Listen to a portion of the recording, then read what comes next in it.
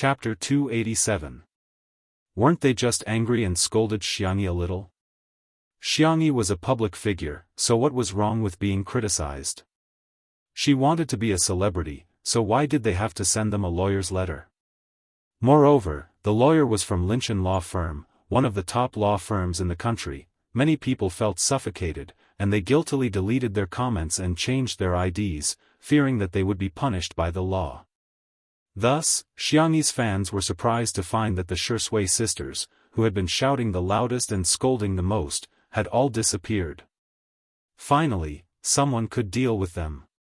Meanwhile, Sangchen's fan club was flooded with comments. "Big brother, you're awesome." Sangchen didn't say anything else. Instead, he looked at the bustling night scene outside the window. The huge billboard shone brightly on the man's chiseled face, softening his sharp features slightly. Seeing the little rabbit up close, there were only 8 hours left. The next morning, Xiangqi got up sleepily. His dark green silk robe was wrinkled from his sleep, and a few buttons on his collar were unbuttoned, revealing a large area of his pale skin. His well-defined abs were faintly discernible. He walked to the window to breathe in the fresh air, and vaguely saw two familiar figures. Xiangqi squinted and realized that he couldn't see them clearly because they were too far away. He hurriedly turned on the camera on his cell phone and zoomed in a few times. Damn! It was his younger sister feeding the deer outside the castle, and Shui was standing next to her lazily. "Eat slowly, don't rush." Xiangxi's voice was gentle as she patiently fed the deer from yesterday. Behind the deer, there was a large group of parents and siblings who had come to freeload. Every deer was given a few pieces of deer biscuits, and they were happily munching on them. Xiangxi had already told the chef in the castle how to make the deer biscuits, and Viscount Albert generously expressed that he would be happy to feed these cute forest elves. "I'm leaving today. You have to pay attention to your safety in the future. Don't get caught by poachers." As Xiangxi spoke, she suddenly turned her small face. "Do they understand Chinese?" Shui quietly accompanied her by her side. Hearing her words, she couldn't help laughing. "Can you translate it for me?" The little girl thought it made sense and translated it to Xiaolu. Xiaolu tilted its head. Its ears were furry, and its eyes were round. It had the clearest gaze in the world. It seemed to understand and rubbed its nose against Xiangxi's palm. Xiangxi's heart softened. She took out the last piece of deer cake from her pocket and fed it. The deer behind her instantly lined up to rub against her, begging to be touched. They didn't forget to touch the pocket on Xiangxi's clothes, trying to get her to take out another piece of deer cake. It could be said to be a real foodie deer. Xiangxi couldn't help but lick her lips. "I heard that venison is very nourishing," Shui added. "Hunting is illegal in China, but Sika deer can be artificially reared." Xiangxi's eyes lit up. "Then, shall we rear 2 of them?" Shui chuckled. "We'll do as you say." The deer were speechless. In Xiangqi's eyes, the morning sun, the cute deer, the gentleness of a young girl, and the company of a man. All of this was obviously very heartwarming, but it was more impactful than any war or sci-fi scenes. Although he wanted to rush over and kick Shui away from his younger sister, but why did this damn inspiration come again? It was actually the inspiration for matching outfits. Chapter 288. He scratched his head, struggling between kicking the dog man and recording his inspiration. In the end, Xiangqi gave in to recording his inspiration. Ever since his debut, he had only designed women's clothing. Men's clothing was his weakness.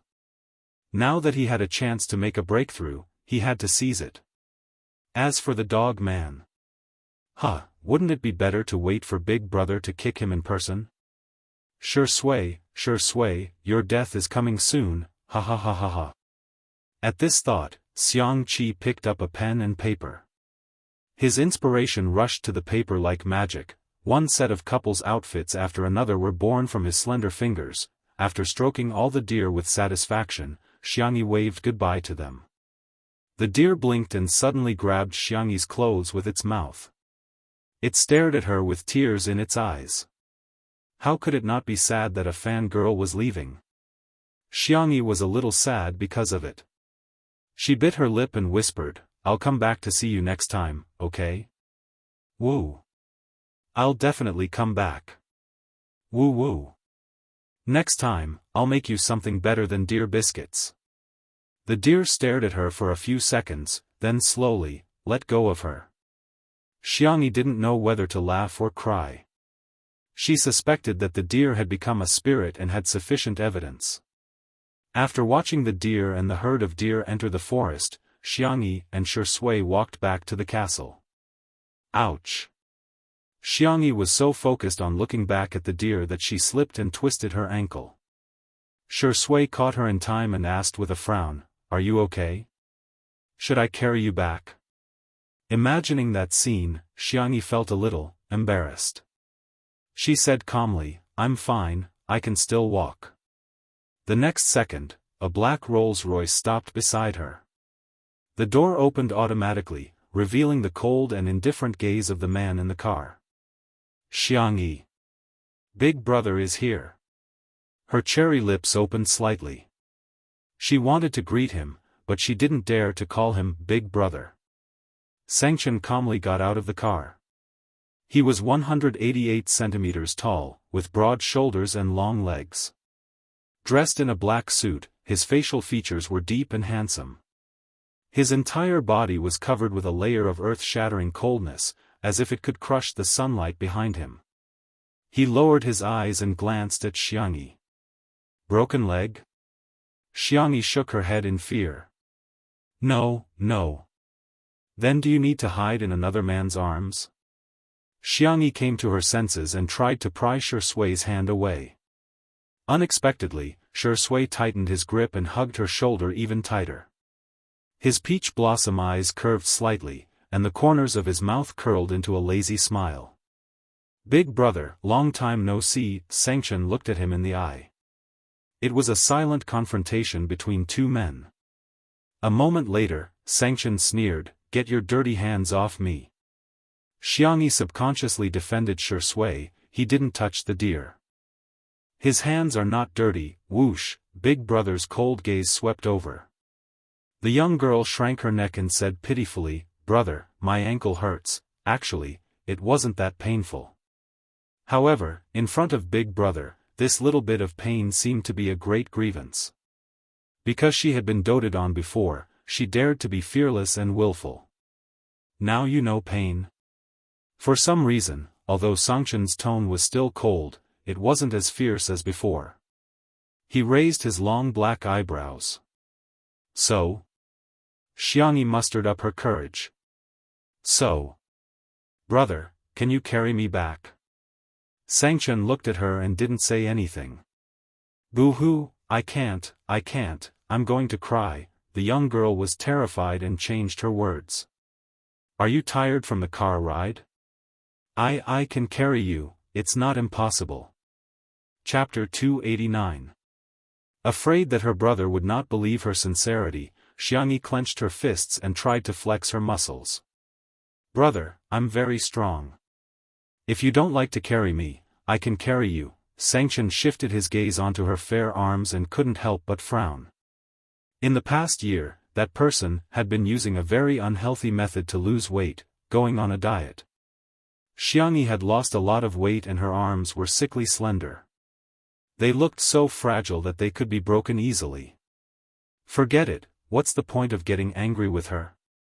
Xianxia said with a sullen expression, "Come here." Xiangyi did not move. It was not that she didn't want to go, but rather, she was too scared. She felt safer staying by Shui's side.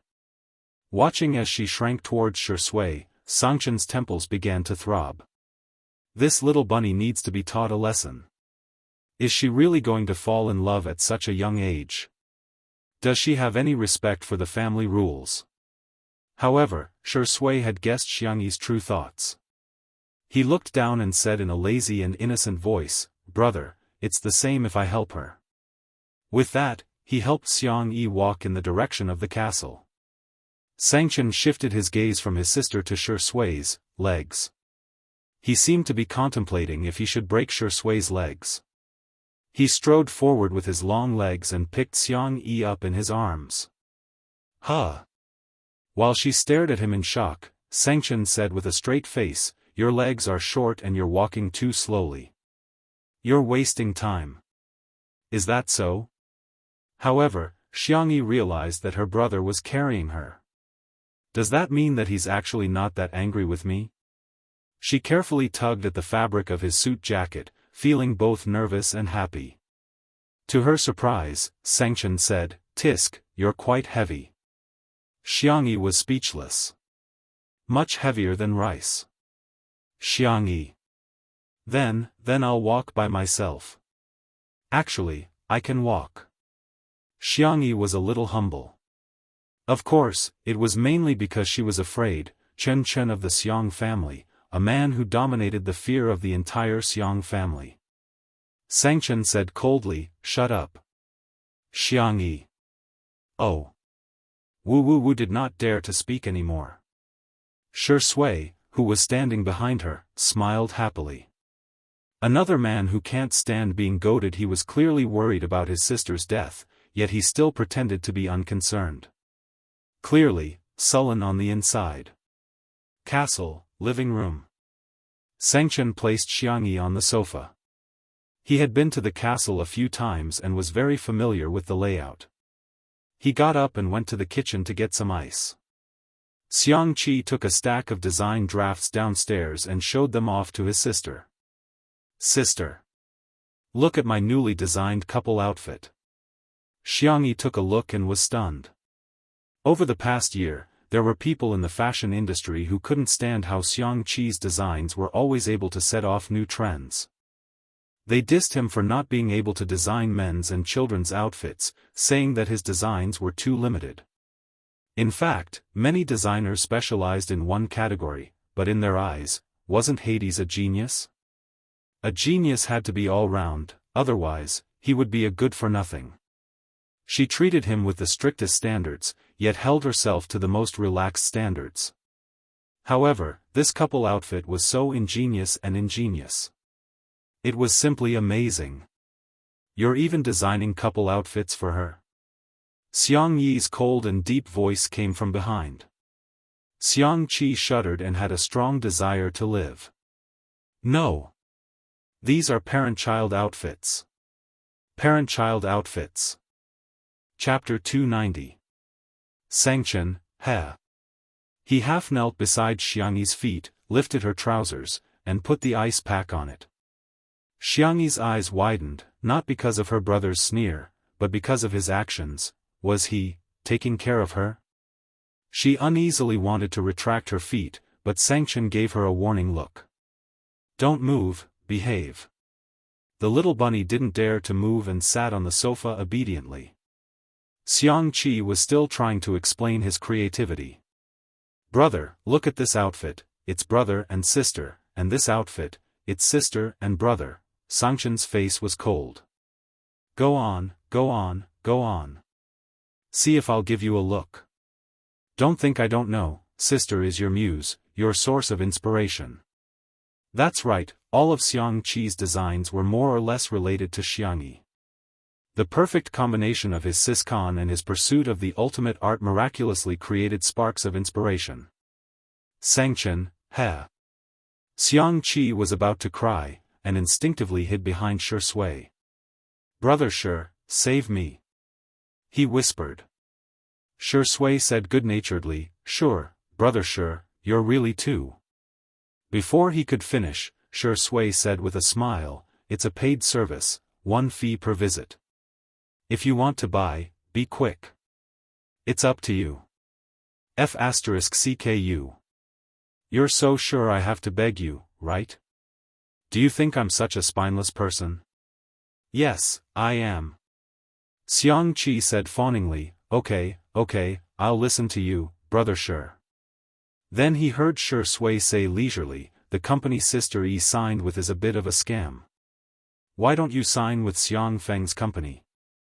Whether you want to leave the industry or continue your career, you'll have more freedom. The word Xiang Feng naturally attracted hatred, and Shui knew this very well. As expected, Xianxia frowned. What's he doing? It's been so long, and he still hasn't prepared the contract? Shui chimed in, that's right. Xianxia, I'll call him right now. He threw the ice pack to Shui and went to call Xiang Feng with a sullen face. Far away in Nanchang, Xiang Feng was still sleeping due to the jet lag. In a daze, he received a call from nephew Gu and was reprimanded. Xiang Feng? It was very fascinating. In the living room, Xiang Qi was shocked to see that Xianxia's attention had been diverted by the simple act of using his uncle as bait. What kind of operation was this? Teach me. Shui bent down and carefully applied ice to Xiangyi's ankle. The girl's pink toes curled up, feeling extremely uncomfortable. She didn't think it was a big deal for her brother to give her an ice pack, however, it was Shui. It seemed to be completely different. Does it still hurt? Shui asked in a gentle voice and looked up. At that moment, Xiangyi actually didn't dare to make eye contact with him. The ambiguous atmosphere made her heart thump loudly, as if it had been hooked by a silk thread. Xiangyi cleared her throat and said, I'm done. Shui asked, are you sure? Xiangyi answered, yes. Shui finally put away the ice pack. Seeing how uneasy she was, he smirked and asked, are you that scared of Xianxia? Is he going to eat you up? He originally meant to comfort Xiangyi, but to his surprise, the Xiang siblings widened their eyes in horror. Xiang Qi murmured timidly, Xiang Feng doesn't eat people up, does he? Xiangyi swallowed her saliva and said, I don't think so, oh my god, it's so scary. The two of them huddled together pitifully and shivered uncontrollably. Shui was speechless. The demon of the Xiang family indeed lives up to his reputation. Chapter 291. Xianxia came back after the call and glanced at Xiangyi. We can sign the contract when we get back. Xiangyi? What kind of efficiency was this? Then, Xianxia turned to look at Xiang Qi. Xiang Qi was curled up on the sofa like a boneless person. He straightened his back and rested his hands on his knees like a standard elementary school student. They looked at each other. 1 second, 2 seconds, 3 seconds, Xiang Qi broke down. I was wrong, I was wrong. Xianxia said unhurriedly, tell me, what did you do wrong? I was wrong in every way. Xiang Qi said weakly. It's a couple outfit but it's just a design. It doesn't mean that I support my sister's relationship. Xianxia said, go on. Xiang Qi confessed everything. I shouldn't have eaten my sister's dear biscuits. But I already had diarrhea yesterday. Xiangyi looked a little speechless. I said that you can't eat it. The next second, Xiangyi's devilish voice sounded. It's your turn, Xiangyi. The girl's first reaction was to move closer to Shui. A smile appeared in Shui's eyes as he placed his arm on the sofa behind her, making it seem as if he was holding the slender girl in his arms. The deer is so cute, I shouldn't have thought about eating it, the elementary school student answered in a trembling voice. She didn't look at all like a big shot who had just returned from transmigration. What else? Xianxia narrowed his eyes and stared at her meaningfully. Xiangyi looked confused. Apart from that, she didn't do anything bad. Xianxia sneered and deliberately tricked her. Don't think I don't know that you're in a relationship. His tone was so fierce and cold that Xiangyi panicked. I'm in a relationship? Shui was speechless. Chen of the Xiang family is really high up the social ladder. Seeing his sister's reaction, Xianxia was slightly relieved. That's good. Xiangyi felt as if she had been granted amnesty. Then I'll go prepare the in-flight meal. She slipped into the kitchen, feeling as if she had dodged a bullet. Xiang Qi couldn't be bothered to eat his sister's cooking anymore. He tidied up his big bowl and said, Brother, I'm going to make a dress for my sister. Bye-bye. He wasn't a coward. He was following his heart and listening to the truest summons from the depths of his heart. Only Sanction and Shui were left in the living room. Sanction picked an armchair and sat down. His long legs were crossed, and his arms were crossed. His aura was incomparably strong. I advise you, it's best that you don't have any thoughts about my little bunny. Shui, okay, big brother, Sanction. Speak properly. Shui blinked. What if Tutu has ulterior motives toward me? Should I reluctantly accept it or act in self-defense? TSK, how worrying. Sanction?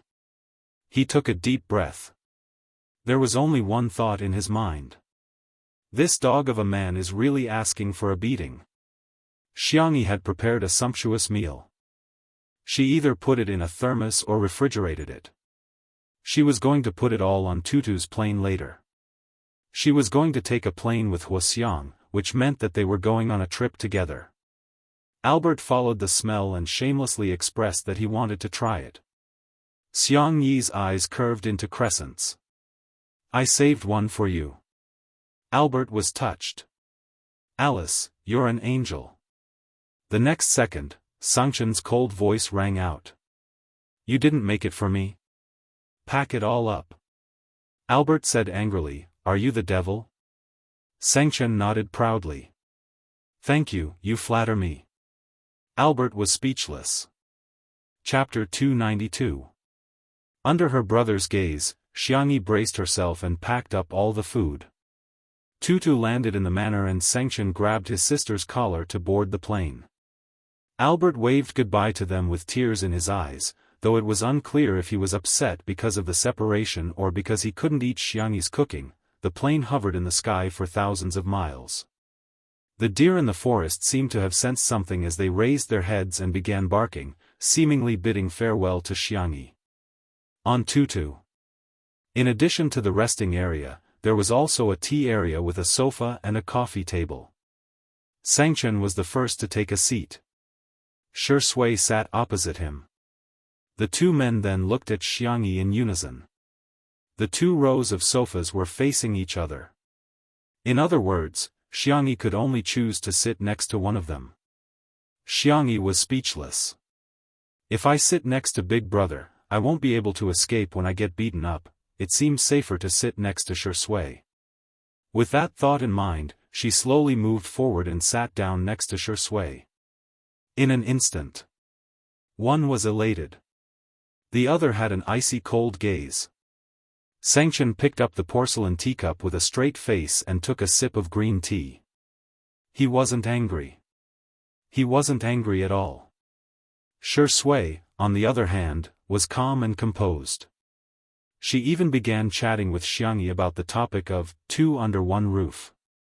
Xianxia gradually relaxed. Sanction waited for more than 10 minutes, but Xianxia did not take the initiative to speak to him at all.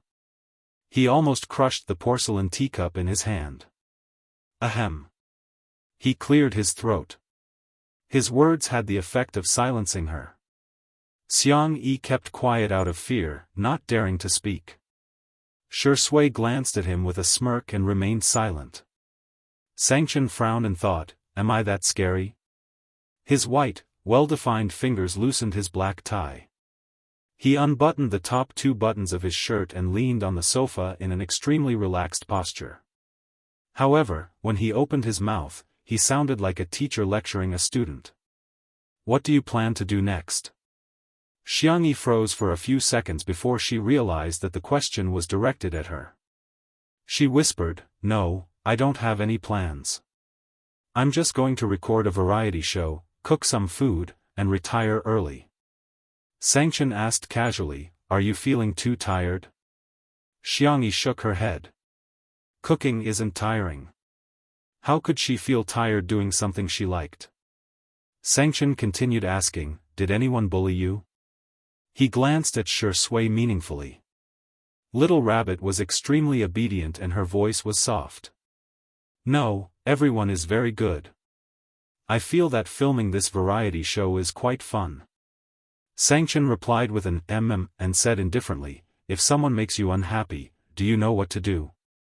I know how to answer this question. Xiangyi was a little excited.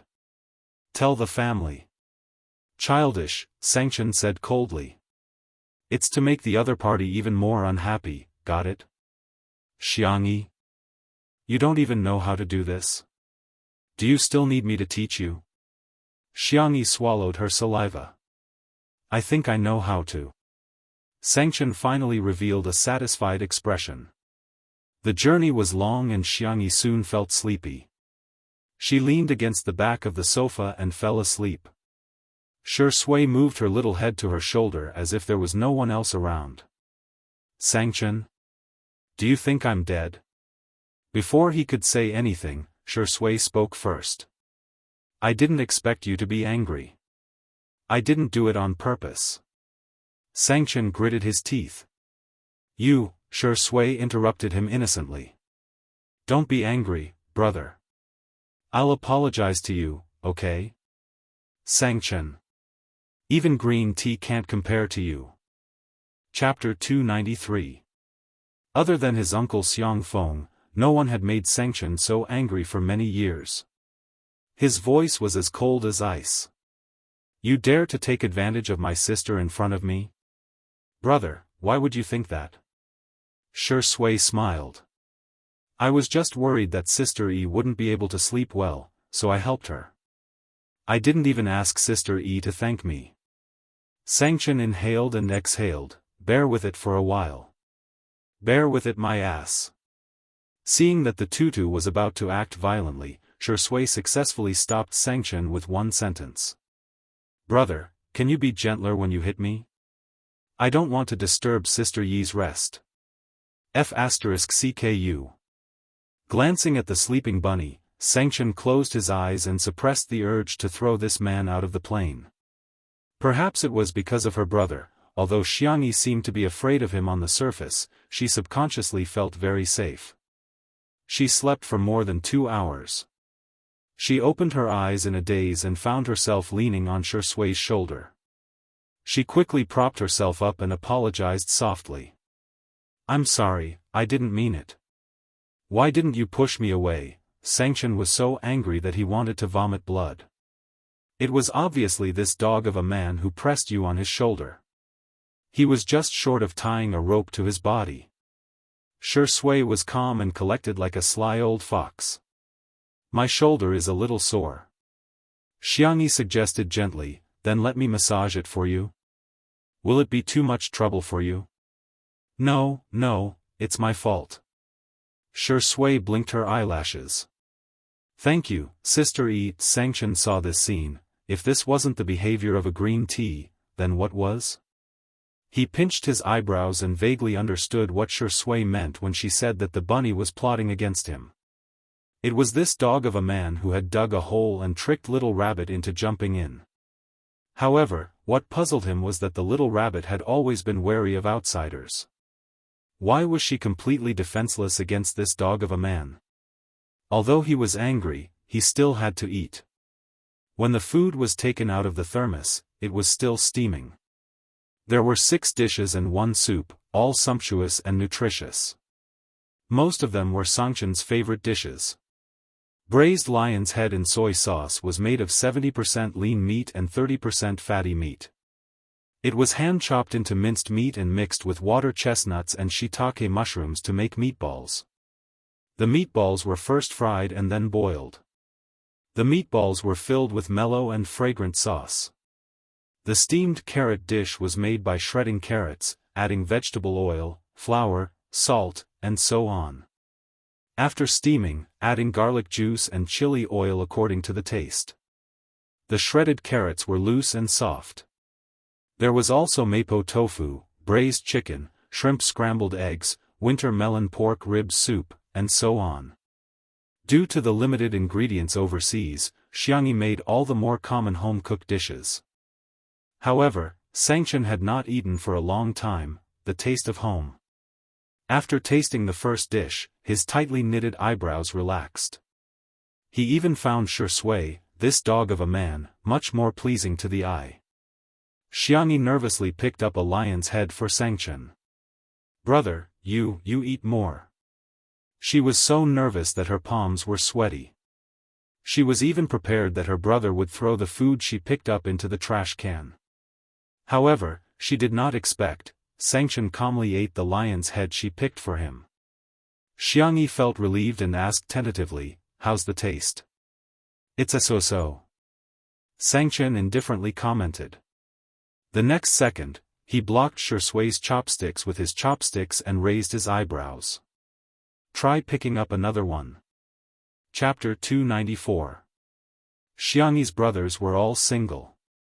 Whether or not they would protect their wives was an unsolved mystery, but protecting their food was one of their ancestral skills. It was comparable to climbing trees and being arrogant. When the eldest brother wasn't around, they would snatch his food. When the eldest brother was around, they would share his food. Of course, it wasn't an equal distribution. Instead, it was based on status and strength. Chen of the Xiang family would always be number one. No one dared to take away a single grain of rice from him. After the distribution was completed, it was as if a wild beast had successfully divided its territory. Everyone was extremely protective of their food.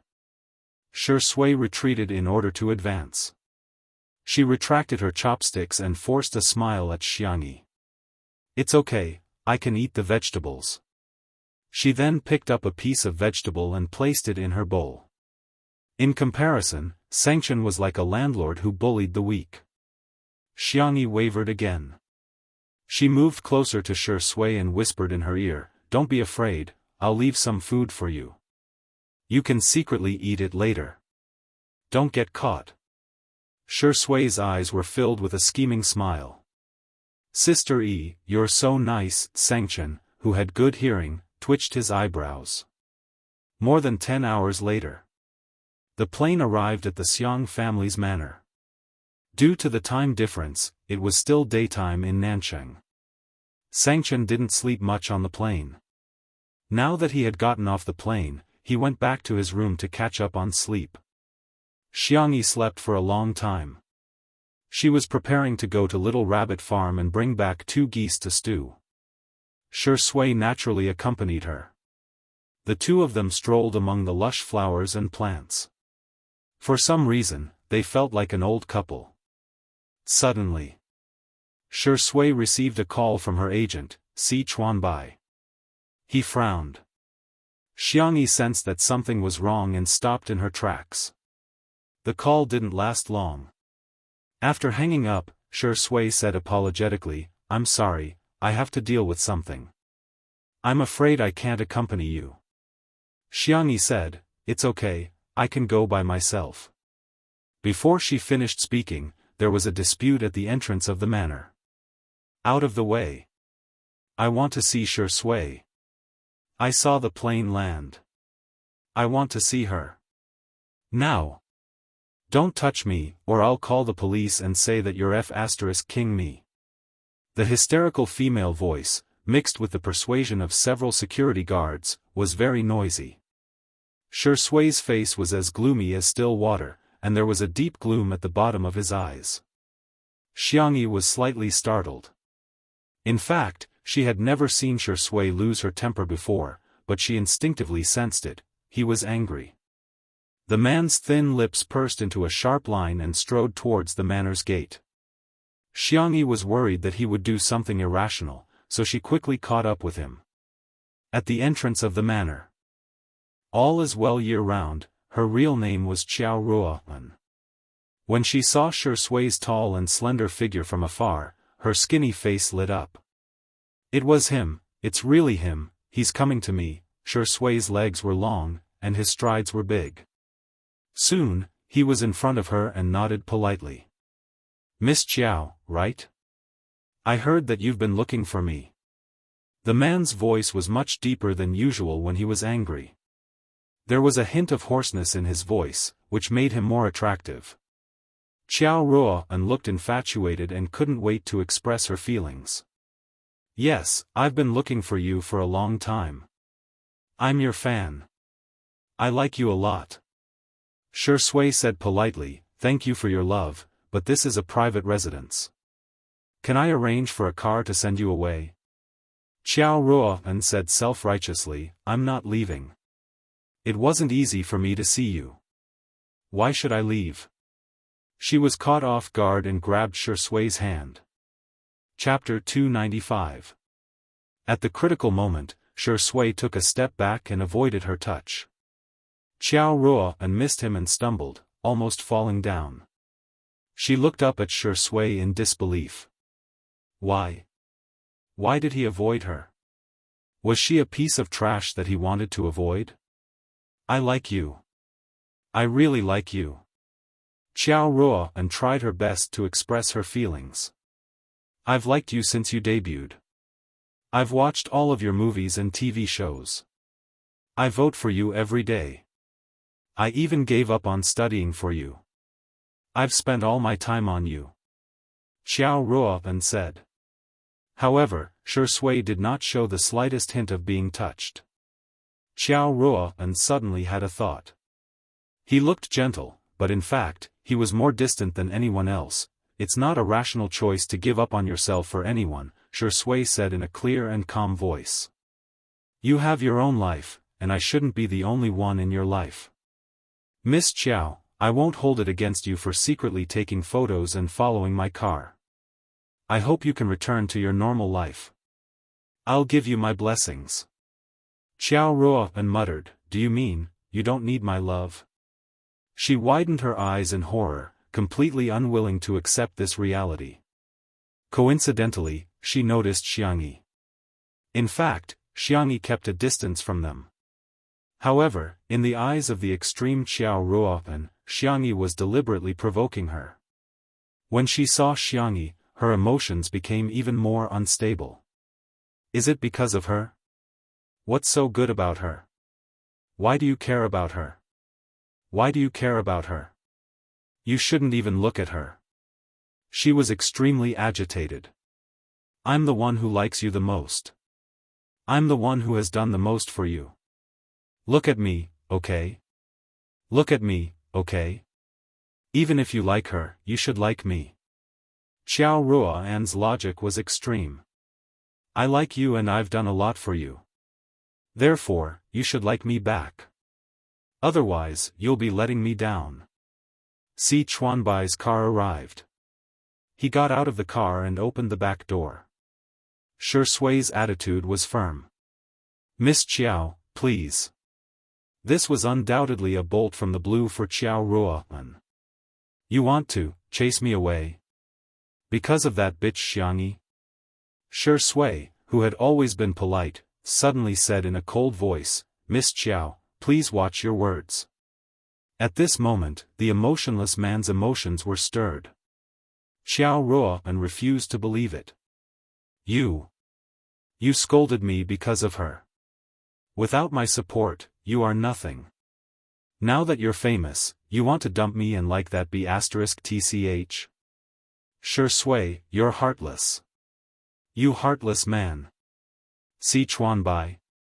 He described himself as a wife who had gone through hardships, and Miss Xiangyi as a new lover. His ability to change concepts was truly superb. Miss Xiao, this isn't the first time you've harassed Shui. You've eaten at the same restaurant as him, bought the seat next to him on the plane, and even knocked on his hotel door. You're an adult and should be responsible for your own actions. If you continue to act like this, I can only take measures to call the police. Then report it. Let's see if the police will arrest you or me when they come. I think you're trying to drive me to my death. Xiao Ruoan suddenly took out a holder from her bag. There was a phone attached to it and she clicked on the live broadcast. The words, "Countdown to Suicide," were displayed at the top of the screen. Chapter 296. A few minutes ago, when she saw Tutu landing, Xiao Ruoan posted a notice on Weibo. All is well year-round. If all hope comes from you, then the pain I'm feeling now is also thanks to you. Perhaps leaving is the best relief. I'm tired, really. There was a link to the live stream attached. When the fans saw the words, "Countdown to the live stream," they were all frightened. Oh my God, sister, don't take things too hard. Is there anyone who can contact her in the real world? I'm dying of anxiety. I don't know if it'll work, but based on her previous location, she should be from Nanchang Pingon Nanchang. Someone raised a question, live stream suicide? Why does it feel like a publicity stunt or coercion? In just a few minutes, there were hundreds of comments on that post. B*TCH, get lost. Who would risk their own life for publicity? F*CKU. Don't you have any sympathy? She's about to die, yet you're still being a troll. I hate this kind of thing the most. She's crying in front of the screen. When I see your post, I just want to curse. It was no exaggeration to say that this Weibo post had caused a great commotion in the industry. Hence, when the live stream was opened, tens of thousands of people immediately flooded in. When they saw the skinny and haggard Xiao Anhao with reddened eyes, many people couldn't bear to see her like this. I can't imagine what you've been through, sister, let me hug you. I'll treat you to milk tea, okay? Sigh, I've also been a fan of celebrities for many years, so I understand the pain of being out of reach. However, in the next second, Xiao Ruoan switched the camera to Shui's face and questioned, tell me, do you like that B*TCH, Xiangyi? Even at such a close distance, the man's looks were still impeccable. His long eyelashes were lowered, and his thin lips were curved downwards. His entire body seemed to be covered in a layer of frost, and it was bone-chilling. Miss Xiao. He said calmly, we are all independent individuals. We can choose to like the opposite sex, the same sex, or none of them. This is the freedom that we are born with. But liking someone should never be an action that harms others. The fans in the live stream room. F*CK? Shuringdi? Oh my god, that's so cool, it's so awesome. No, am I the only one who's confused? All is well year round, why is she with Shuringdi? Let me say something quietly, this seems to be the manner where, Two Under One Roof was filmed. All is well year round, it's a bit like an obsessive fan, Xiao Ruopan said, I can't win against you. I just want you to like me. Is it that difficult? I've done so much for you, but you don't care about it at all. Is the support of your fans nothing to you? Si Chuanbai's expression changed slightly. This piece of music was a little impressive. If he didn't deal with it properly, his fans might leave him. As Xiao Ruoan's manager, he naturally put his artist's interests first. So, he stepped forward to stop Xiao Ruoan. Miss Xiao, not only are you trespassing on private property, but you're also secretly taking photos. Xiao Ruoan took out a fruit knife and pretended to cut her wrist. Don't come over. Si Chuanbai immediately dared not move. The fans in the live stream were dumbfounded. F*CK, she must be an obsessive fan. Chapter 297. Look at how skilled she is. She must have done this a lot. I'm so confused. What kind of illegitimate behavior is this? Based on the time, Shui should have just returned to the country not long ago. He sat there for more than 10 hours without much rest and even had the camera pointed at his face. It's terrifying, the public opinion changed all of a sudden. Xiao Ruoan glanced at the bullet screen in the live stream, but the comments made her very puzzled. Why aren't they supporting me anymore? Why did my live stream fail? However, she didn't have time to care about that now. She just wanted to threaten Shui and make him compromise with her. However, to her surprise, Shui gave a direct response to her question. I'm very grateful for the support of my fans. It's very fortunate for an actor to be liked and supported by others. Without fans, Shui wouldn't have become the actor that I am today. But everyone wants to have an independent space where they won't be disturbed. I want my fans to focus on my work, not me, nor my private life. This response was courteous and sincere, and it left a very good impression on him. Boo-hoo, Shui said it so well. He's an actor. An actor. He's not a target of harassment from all is well year-round. QAQ it's not easy for Shui. He's relied on his own abilities to make a name for himself. I didn't expect him to be treated like this by his obsessive fans. Si Chuanbai was a little emotional. He knew very well that Shui's words were not just polite words, but rather, he really meant what he said. Fans were comparable to top-notch traffic. As long as he wanted to make use of his fans, he could earn a lot of money at any time. For example, he could take on some commercials for unlicensed brands without moral integrity. As long as he was thick-skinned enough, it would be easy for him to earn money. However, Shui didn't. He didn't take on commercial activities easily and was extremely serious about acting. Even if it was a cameo appearance for free, he would never slack off and only act in a few scenes perfunctorily. Si Chuanbai felt from the bottom of his heart that Shui was really worthy of his fans' love and achievements.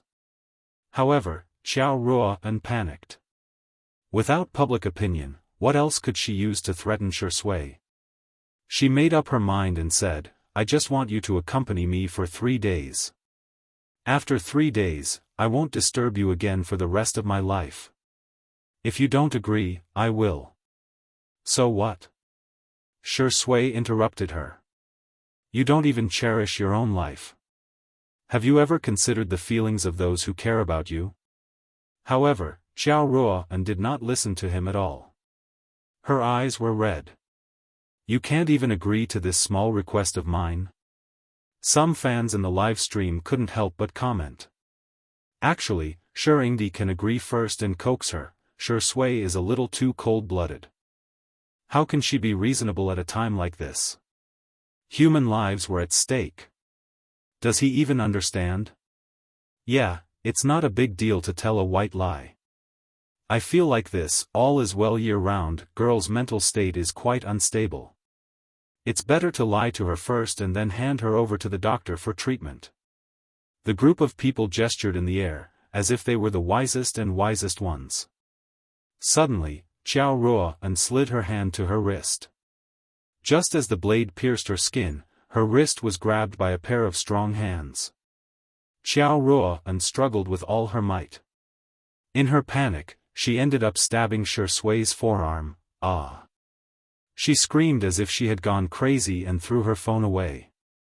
Shui remained calm and even indifferently took the fruit knife from her hand. His cold and fair skin was covered in blood. His voice was cold and very soft.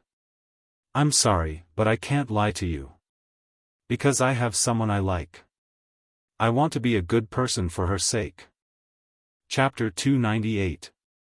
His hoarse voice was low and deep, but it made Xiao Ruoan's heart skip a beat. For a second, she even thought that Shui would stab her in the heart with that knife. But it was only for a second. The man spun the knife casually, even more casually than he spun a pen. Then, he threw it far away. Clang, the fruit knife fell to the ground. The phone fell to the ground and the camera was facing the ground. The netizens in the live stream saw nothing but darkness. The more confused they were about the situation, the faster the comments flooded in. Ah, did Shui get stabbed? I only have one thing to say to the Saising fans, die. Shui Zai, please be safe. Cry. Cry. This woman is crazy. What's the point of threatening others with her own life? Shui's voice was too soft, so no one except Xiao Ruoan heard it. Si Chuanbai quickly joined forces with the other security guards to hold Xiao Ruoan down. The sound of police sirens could be heard from afar. Xiao Ruoan broke down completely. You like her? How can you like her? How is she better than me? She's just a cheap. Si Chuanbai calmly stuffed her mouth with a rag he picked up. Xiao Ruoan was so angry that she rolled her eyes, but she couldn't say a word. Soon, Xiao Ruoan was taken away by the police, and her phone was also taken into the police car as evidence. The live stream was closed. In the last shaky scene, a slender figure was seen running towards Shui. The netizens who stayed behind were still discussing enthusiastically. I'm curious how long she'll be locked up for this kind of behavior. At most, she'll be criticized and educated. What I'm more worried about now is whether someone will imitate her. Ah, is that Xiang Yi who flashed by at the end? Sister Yi, hurry up and take a look at Shui's arm. Am I the only one who thinks that the vase fairy is at fault this time? If she hadn't seduced Shui, she wouldn't have angered all as well year-round, and this wouldn't have happened. As soon as this comment was posted, it was rebutted by the netizens. Yes, you're the only one who thinks so. Dear, I suggest you go to the hospital to see a neurologist. Yes, yes, yes, whatever you say is right. Come, let's all wish it a safe journey. Candle, the manor. Xiangyi ran so fast that she was panting slightly when she stopped. She didn't have time to rest, but took off her thin sunscreen jacket to stop the bleeding on Shui's hand. Then, she held Shui's other hand. Let's go back and treat our wounds. Shui let her hold her hand and followed behind her obediently. The coldness and ruthlessness she had shown when she faced Xiao Ruo and just now disappeared and was replaced by a gentle and lazy tone. Are you worried about me? Xiangyi blamed herself. I should have stayed with you. That way, I could have protected you. Shui is really too delicate. Behind him, Si Chuanbai was speechless. He seemed to be at a loss for words. Not to mention, Shui had received an elite education when she was a teenager and was highly skilled in martial arts. Later on, when she filmed a martial arts movie, she also learned kickboxing from a world-class coach. Logically speaking, she should have been able to dodge that blow just now. Si Chuanbai seriously suspected that his artiste was trying to scam him. He overheard the conversation between the two of them. Sister Yi, it hurts a little, the man said in a feeble tone. The girl coaxed him softly, shall we have stewed goose in a pot later? The man chuckled and said, sure. Chapter 299. In the living room. Xiangyi took out the first aid kit and cleaned Shui's wound before carefully disinfecting it. Fortunately, the wound wasn't deep and it was just a flesh wound. It was just that he was bleeding profusely. Xiangyi looked up at him and asked, do you want to take some painkillers first? I think I can endure it for a while longer. It's okay, you don't have to endure it. Si Chuanbai was speechless. Why did I come in? I'm just applying some medicine. What kind of nonsense is that? Xiangyi said softly, actually, I'm a little hard of hearing. If you want to cry, I won't be able to hear anything. Shui blinked and stared at her for a few seconds before looking at Si Chuanbai. It was as if he was asking, why are you still here? Si Chuanbai was dressed in an elite black suit. He sat upright and still, but deep down, he was thinking, he was definitely not going to let her cook him a stewed goose today. Cough, I'm not that hard of hearing either. I've never scored full marks for an English test. The famous manager was forced to admit that he was hard of hearing. Xiangyi took out some painkillers and was about to pass them to Shui when he opened his mouth calmly and said, like a child asking for candy. The young girl instinctively stuffed the pills into his mouth. Her fingertips brushed against his thin lips. It was cool and moist to the touch. She curled her fingers uncomfortably and lowered her head to continue bandaging his wound. After a while, Shui said, Sister Yi, it still hurts a lot. Xiangyi was worried. This painkiller won't take effect that quickly. Why don't I think of another way? The man's dark eyes gradually darkened. Like a cat, his gaze shifted to her lips, as if he was sleeping. Si Chuanbai was speechless. Why was his artiste more delicate than his little wife? Back then, she could still finish filming with a smile even when she broke a bone. How could she not be able to tolerate this pain? He watched as Xiangyi carefully inserted a few needles into his wound. Are you feeling better? Much better. Xiangyi was relieved. She patted his head and said, "Have a good rest. I'll make you something to eat." Unexpectedly, when she walked towards the small outdoor kitchen, Shui followed behind her like a little tail. "Xiangyi?"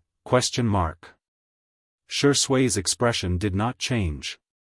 "I want to do a live stream and explain to my fans so that they don't have to worry." Xiangyi suddenly understood. "You're so thoughtful. Should I call Director Li over for you?" When it came to live streaming, Li Jianyu was still the most skilled. Shui raised her hand and hooked the hem of the girl's shirt with her fair and slender fingers. "But I won't be streaming alone. I want to do it with you, Sister Yi." Si Chuanbai, he raised his hand to his forehead to hide his dumbfounded expression. He really couldn't bear to look at her. "Oh, I see." Xiangyi didn't think it was a big deal. After all, Shui was a fragile man. "Let's do it together then." As a result, today's episode of Two Under One Roof began airing in advance. Dear viewers and friends, don't pass by. Today's menu: stewed goose in an iron pot. The main ingredient is a goose. That's it. Li Jianyu was particularly mischievous and got the cameraman to take a picture of the white goose that was still strolling around carefreely. The white goose was bold and took a domineering stride towards the cameraman. It tilted its head and asked, "Quack." The pop-up comments: "Hurry. Run. Ah. Danger, danger, danger, I feel like reciting a poem at this moment. Goose, goose, goose. Cut its neck with a knife, pluck its feathers and boil it in water." Stewed goose in an iron pot. Chapter 300. In the next second, a pair of fair and slender hands seemed to have appeared out of thin air and mercilessly picked it up. "It's so fat, it'll definitely be very fragrant when stewed," the girl commented in a gentle voice. The netizens were dumbfounded. "What? Little fairy, why are you saying the cruelest things in the most gentle tone? Goose, 'cause of death, too fat, how many times have I told you? If you're too fat, you'll be eaten." I'm shivering in front of the screen as I munch on duck neck and drink milk tea. The big white goose, which was extremely ferocious and had a heartless mouth, met Xiangyi, who was even more heartless. It screamed as it was taken away. The cameraman even took a long shot of Xiangyi as she walked away, looking as if she didn't care about anyone else. A few minutes later, the goose was taken away. The process was too gory, so by the time everyone saw the goose, it was already lying naked on the chopping board. The netizens were very mischievous. "Goose, you're all cheap. You're all craving for my body. This show is so delicious. Ahem, it's so interesting, I'm going to record the recipe now." The goose's life was short and glorious, ordinary yet great. It passed away peacefully. There were also a few haters who complained. "I feel so bad. Goose is so cute, why do you have to eat goose? Why must you eat goose? Are you that greedy? That's a life we're talking about. Girls should be gentle and virtuous. Slaughtering small animals is too cruel. The vase fairy is so cold-blooded." The netizens' response to this was, "Don't look at the idiot." Because it was time for everyone's happy mukbang. The fresh goose meat was cut into small pieces, and water was added to the pot to boil the meat.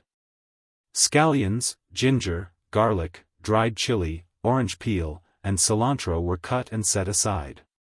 She then heated up the oil and added the goose meat for stir-frying. She then added the old soy sauce and cooking wine and stir-fried them evenly. At this point, the aroma of the goose meat had already spread. The staff at the scene couldn't help but take a few deep breaths and subconsciously began to salivate. Xiangyi added an appropriate amount of water to the pot and simmered it with firewood. The goose meat would be simmered for about 40 minutes before adding the side dishes. This was the perfect time to interact with Shui's fans. The little girl looked up at Shui. The two of them had a tacit understanding. Shui immediately said, "As you can see, the goose has been stewed." Upon hearing his voice, some fans immediately asked about his situation. Li Jianyu asked the staff to bring over a tablet so that he could better see the comments of the netizens in the live broadcast room. "I'm sorry to have made everyone worried. My injuries are not serious and have been treated. It's true. I'm not lying to you." Shui smiled. Liars have long noses. The fans in the live broadcast room were excited by his smile. "Ah, Shuringdi, don't laugh like that. Too flirtatious, too flirtatious. My legs are turning to jelly. Who can resist this? The sense of immersion is so strong, I feel like I'm already on my way to getting married to Shui. What do you think of all is well year-round's behavior?" Shui muttered to himself. Xianxia, who was behind him, naturally handed him a small stool, and he took the opportunity to sit down. He sat upright and had a noble temperament, as if he shouldn't be in this smoky kitchen. He restrained his smile and spoke with a sincere and serious attitude. There's nothing wrong with liking someone, and this kind of feeling shouldn't be trampled on. Everyone has the right to like someone, and similarly, they also have the right to not like someone. Please don't turn your personal liking into a burden for others. Chapter 301. Following Shui's low voice, the live stream, "Boo-hoo, this man is so gentle," from the beginning to the end, he didn't define "all is well year-round" as an obsessive fan. He probably wants to save the other party some face. QAQ, he can still be so calm and composed when he's being harassed and hurt. Seriously, even if he's pretending, I love Shuringdi's worldview. Someone noticed that Xianxia was busy sitting on a small stool next to her and commented out of curiosity, not expecting Shui to be the one to pick her up. "What's Sister E doing?" "She's picking peas." The camera turned to Xianxia, who cooperated. "I'm going to make pea cakes." Li Jianyu, "Oh? You can make this yourself?" Xianxia, "Yes, but it's a bit time-consuming." Normally, she wouldn't make this, but Xianxia liked it. So it was worth it to spend some time. Shui drawled lazily, "Sister E, everyone has a lot of questions for you." However, he refused to say what the questions were. What did they ask? The tablet was in Shui's hands and the comments flew by. In order to get a better look, Xianxia unknowingly drew closer to him. In the camera, their heads were almost touching. The couple fans who hadn't eaten sweets for a few days were extremely excited. "Ah, sisters, I'll give you a salute first. I'll say it again, untimely SCD. It's true, sitting on a small stool in a row and reading the comments head to head. Shui's Sister E is so cute." Seeing the words, untimely, Xianxia's ears began to heat up. She began to think of the content that Nan had shown her before. "Ahem, you want to know the recipe? I'll write down the details later and post it on Weibo." Xianxia picked out the questions seriously. She wanted to ignore the words, untimely, but the man next to her suddenly said something. Untimely? Isn't that an idiom?" The tone of this sentence was innocent, and the expression was blank. It could be said that she was naive and sweet. Xianxia, she hummed dryly and pretended to be very serious as she continued to pick the beans. Bullet screen, "Ha ha ha, I bet Sister E knows the true meaning of untimely. Hee, it's obvious that the vase fairy is leading the hype. Poor Shuringdi, he's been kept in the dark so miserably, what a joke. This is the first time I've seen a CP fan dance in front of the main character. Do they have brains? I'm just asking if it's awkward." The next second, Shui took out his phone. Because his right forearm was injured, he had to use his left hand to type, so his typing was a little slow. However, "Oh, so it's a combination of our names." Shui clicked her tongue. "There's a superscript. I'll go in and take a look." Xianxia. The little girl's expression changed slightly, losing her usual calmness. You, don't look, it was too late. Shui looked at it. Not only did he look at it, but he also commented in real time. This Q version of the character is quite cute. Cut the video of the sweet exploding your girlish heart, self-made untimely emoji pack. Follow the comments to receive it. On Weibo, Shui's Weibo account, there was the following update: Shui V has followed the superscript, untimely.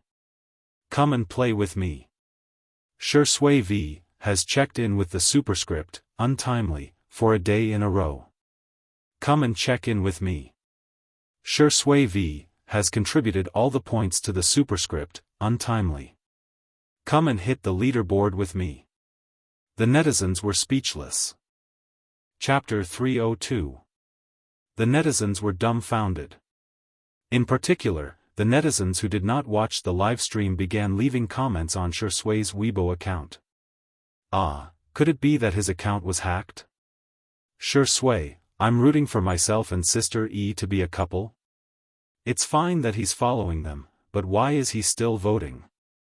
The netizens who were watching the show played the role of popularizing the situation. Shui and Xiangyi are doing a live stream together.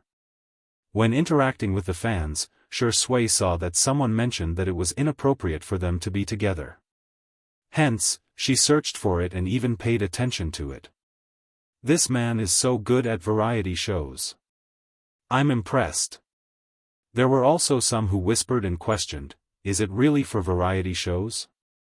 I feel like he's more into it than I am. Of course, the Shui sisters were adamant that it was for variety shows. Before Shui's official announcement was made, they would never give Xianxia proper status. Humph. In the small kitchen. The aroma of the stewed goose meat was already wafting out of the iron pot. Xiangyi had also added some Chinese herbs such as ginger, grass, nutmeg, and so on. The faint aroma of the herbs blended perfectly with the aroma of the meat, making it seem like a living immortal. However, Xiangyi's mind was not on the dishes at all. She couldn't help but ask, I heard that it's a CP. CP means couple, so? Shui asked calmly as he looked her in the eye. Her rhetorical question made Xiangyi dumbfounded. Am I making a mountain out of a molehill? Shui seems to be just surfing the internet for fun. It shouldn't be a big deal to follow him. If Sanxian or Xiangli were present, they would definitely be able to tell that Shui was up to no good.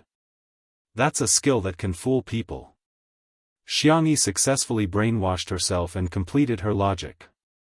I'm rooting for myself. It seems quite fun. In the live stream, Sister Yi's expression changed from confusion to determination. I'm dying of laughter, Xiangyi, don't be fooled by that old fox. You're not allowed to date. Mama, no, no. Newbie, what kind of lame show is this? First, it stews a goose, and now it's knocking itself on the head. I can't take it anymore, I'm going to join the update list. The entire live broadcast room was filled with ha laughter. Hashtag untimely hashtag and hashtag Shui's #1 fan hashtag were also trending. The popularity of the hot topics had skyrocketed, and Shui and Xiangyi had also gained a lot of fans. South City, at a dinner party. Qin Wanyan drank with him for half a day, thinking that she could get some resources from the variety show. Although it was only a flying guest for one episode, this was a national-level variety show. Everyone, from the elderly to the elementary and middle school students, loved to watch it. However, she only went to the bathroom to touch up her makeup. When she returned, she saw the director and the others laughing at their phones. Shui is so funny. This female artist is also funny. Her name is Xiangyi. I've been following two under one roof. She's quite versatile. She can play musical instruments, she can also practice medicine, and she's a great cook. Oh. In that case, she's quite suitable for our variety show. Seeing that the resources were about to go to Xiangyi, Qin Wanyan clenched her fists and said softly, Xiangyi, I know her. She used to be good friends with me, but she's been ignoring me ever since she became famous. The director frowned. Qin Wanyan took the opportunity to fan the flames. She's been entangled with many male artists. I have screenshots here. While showing the screenshots to the director and the others, Qin Wanyan said, to use a popular phrase, she's a sea queen. Chapter 303. In the past year, Xianxia had sent her a lot of screenshots of their chats. Qin Wanyan had specially created a folder and saved all the pictures. Qin Wanyan was actually very disdainful of Xianxia. She was clearly the daughter of a wealthy family, but she was a love-struck fool who couldn't help but flirt with good-looking boys whenever she saw one. However, she seemed to have reached an agreement with a mysterious person that forbade her from dating or having any intimate relations with boys. Hence, she only dared to touch the hands of other boys, such as Yan Nai and Xiao Yang. Yan Nai has also been harassed by her before. He's the son of Yan Zhenhua, Director Yan. Later on, he was traumatized. Xiao Yang from the Xiao family has also been taken advantage of by her, with the chat records as evidence, coupled with the names of the two people mentioned by Qin Wanyan, the faces of the director and the others became more and more sullen. Seeing this, Qin Wanyan ruthlessly revealed a piece of shocking news. The most exaggerated thing is that she once climbed into her own brother's bed. In an instant, there was an uproar. In the live stream of Two Under One Roof, the steaming hot stewed goose was out of the oven. The golden goose meat was scooped into a porcelain white soup bowl. After several hours of stewing, the meat was soft and the bones were peeled off. With a gentle pinch of chopsticks, the bones and meat were easily separated. There were also cut potatoes and carrots in it, which added to the color of the dish. After taking a whiff, the aroma overflowed. After taking a bite, the aftertaste was endless. Along with a few light vegetarian dishes, a sumptuous meal was ready. The netizens were about to cry. "Goose, you died so tragically. My tears are flowing from the corners of my mouth, my takeout hasn't arrived yet. I'm crying so hard. I'm dying, I'm dying. The only bag of instant noodles left at home has expired for several months. Can I still eat it? I'm waiting online. It's urgent, this meal is too sumptuous. Sister E, I'm hurting all over. Can you send me a portion by express delivery? Or send me to your house by express delivery?" Xianxia was about to wake up Yan Nai, but he woke up first. Because he was at home, the man was no longer wearing formal clothes. Instead, he had changed into black silk home clothes. His movements were calm and elegant, and as soon as he entered the camera, he captured the attention of countless people. "What the F***ck? Is this the new guest? Heh, man, you've successfully attracted my attention. I want all his information in 5 minutes. Those legs, that waist, I vaguely saw abdominal muscles just now, they're so tough, this rice is so handsome. Cough, this brother smells so good. Cough cough, this beauty is a feast for the eyes. The ancients didn't lie. Found it, found it. I used the image recognition function to find him. The founder of Linshan law firm, Sangchen. Wait, the last time Professor Xiang Li came, Xiangxia seemed to call him second brother. Could this Sangchen be big brother? There was a lot of discussion in the live stream. Sangchen had already calmly sat down. He seemed to be unintentionally separating Xiangxia and Shui from each other. The temperament of a domineering brother protecting his sister was firmly grasped. Si Chuanbai didn't care. He picked up a piece of goose meat and stuffed it into his mouth. The tender and fragrant goose meat had a pure taste. It was fragrant but not greasy, and had a faint herbal aroma. It tasted so good. Delicious. It's so delicious. Si Chuanbai rarely lost his composure. Shui also nodded gently, indicating that it tasted good. Sangchen was the only one who said indifferently, "It's just so-so." Immediately, a netizen pointed out, "This is the first time the vase fairy has failed. This man is definitely not her biological brother." Chapter 304. This comment garnered the approval of many people. "I'm so annoyed by vase fairy's brainless praises. So every man is your brother?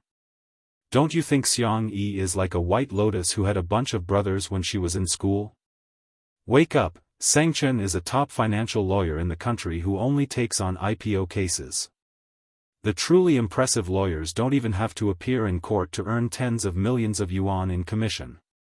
Is Xiang Yi worthy of him? Why does she get all the good things?" Most people felt that Xianxia was likely to be Xiang Yi's brother, but they couldn't resist the logical analysis of the haters and their confident tone, causing many people to waver. Well, Xiang Yi's brothers included an esports guru, an international fashion designer, a genius medical doctor, and a top financial lawyer. How could it be possible? At the dining table, Xiang Yi tasted the goose meat and frowned slightly. It seems a little out of place with a few spices mixed together, but that's not right. I've mixed them like this before. Si Chuanbai was speechless. Are you serious, Miss Xiang Yi? Are you that strict with your culinary skills? To him, this was already a delicacy that he would only get to eat a few times in his life. God knows how much he wanted his artiste to marry Miss Xiang Yi. Even if he couldn't marry her, he might as well marry into her family. He was willing to be Miss Xiang Yi's manager in the future. As long as he could have such a meal occasionally in the future. Xianxia said indifferently, "Mushroom." Xiang Yi immediately understood. "Ah, I see." Shui said thoughtfully, "Is there a conflict between spices?" Si Chuanbai was speechless.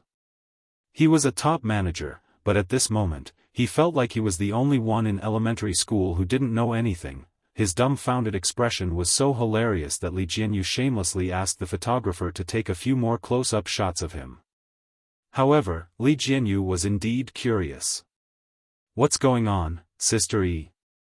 Xiang Yi said, "Mushrooms are rich in glutamic acid, which is an acidic amino acid. They have a unique taste and can be dissolved in water.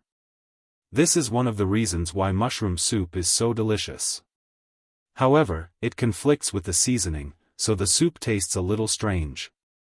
She tasted it carefully, then picked out a piece of Chinese medicine seasoning and made a judgment. "It should be this. Li Jianyu, let me have a taste. I won't believe you if you don't have proof." Bullet screen, I suggest everyone type the words "shameless old thief" on the public chat. Xiang Yi served him a bowl of stewed goose. Li Jianyu tasted it and his eyes widened. "Such delicious food, I can swallow it whole." What was strange about it? He finished the meat and potatoes in 2 or 3 bites and drank the soup in a huff. He shamelessly said, "It's too little. I can't taste anything. Give me another bowl." The bullet screen was instantly flooded with, "I've never seen such a shameless director. Is it that magical? Lawyer Xiang's taste is too picky. Xiang Yi's taste buds are so strong. She can actually guess which seasoning it is with just one taste. Who knows if it's true or not? Maybe she's just making things up. Who knows if she's bragging? Toxic. If it's not delicious, why would Director Li, Shui, and Si Chuanbai enjoy it so much? I think in some people's eyes, Sister Yi's existence is the original sin. Everything she does is wrong. Vase Fairy's fans, stop trying to scare her. There's a new melon that you've cooked on Weibo. Open it and you'll be surprised, hee hee. Chapter 305. She clicked on Weibo to see that hashtag Qin Wanyan had been deleted in seconds. It was at the 4th position on the hot search list and its popularity was still rising. The reason was that Qin Wanyan had posted a 9-grid screenshot and deleted it very quickly. She then posted on Weibo to claim that her account had been hacked. However, in this era where the internet had memories, it was too easy to find traces of the screenshot. Some netizens reposted the screenshots that Qin Wanyan had posted. All of them were chat records, and they were screenshots from the chat records. Although the pictures were blurry, the netizens couldn't resist the enthusiasm of the netizens, and soon, the content was deciphered. The first picture was of Xiangyi complaining to Qin Wanyan, "Yan Nai's little brother is quite cute, but he's so shy. I just touched his hand and his ears and neck are all red."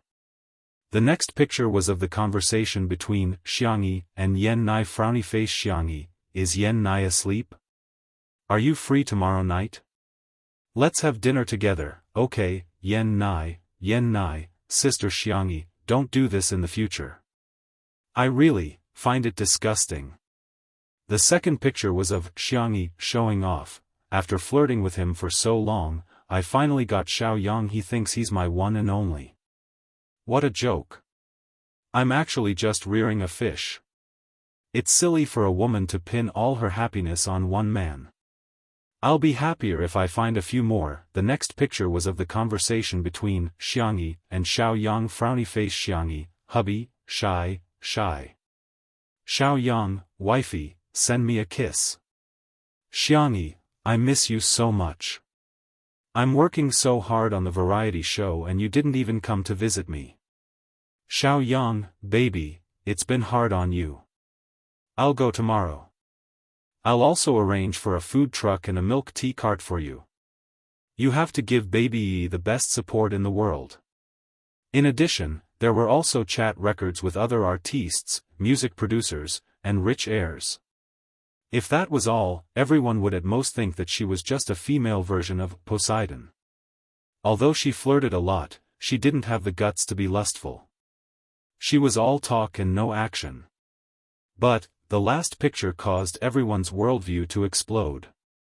In the record, Qin Wanyan was the one who started the conversation. "Are you on bad terms with your family?"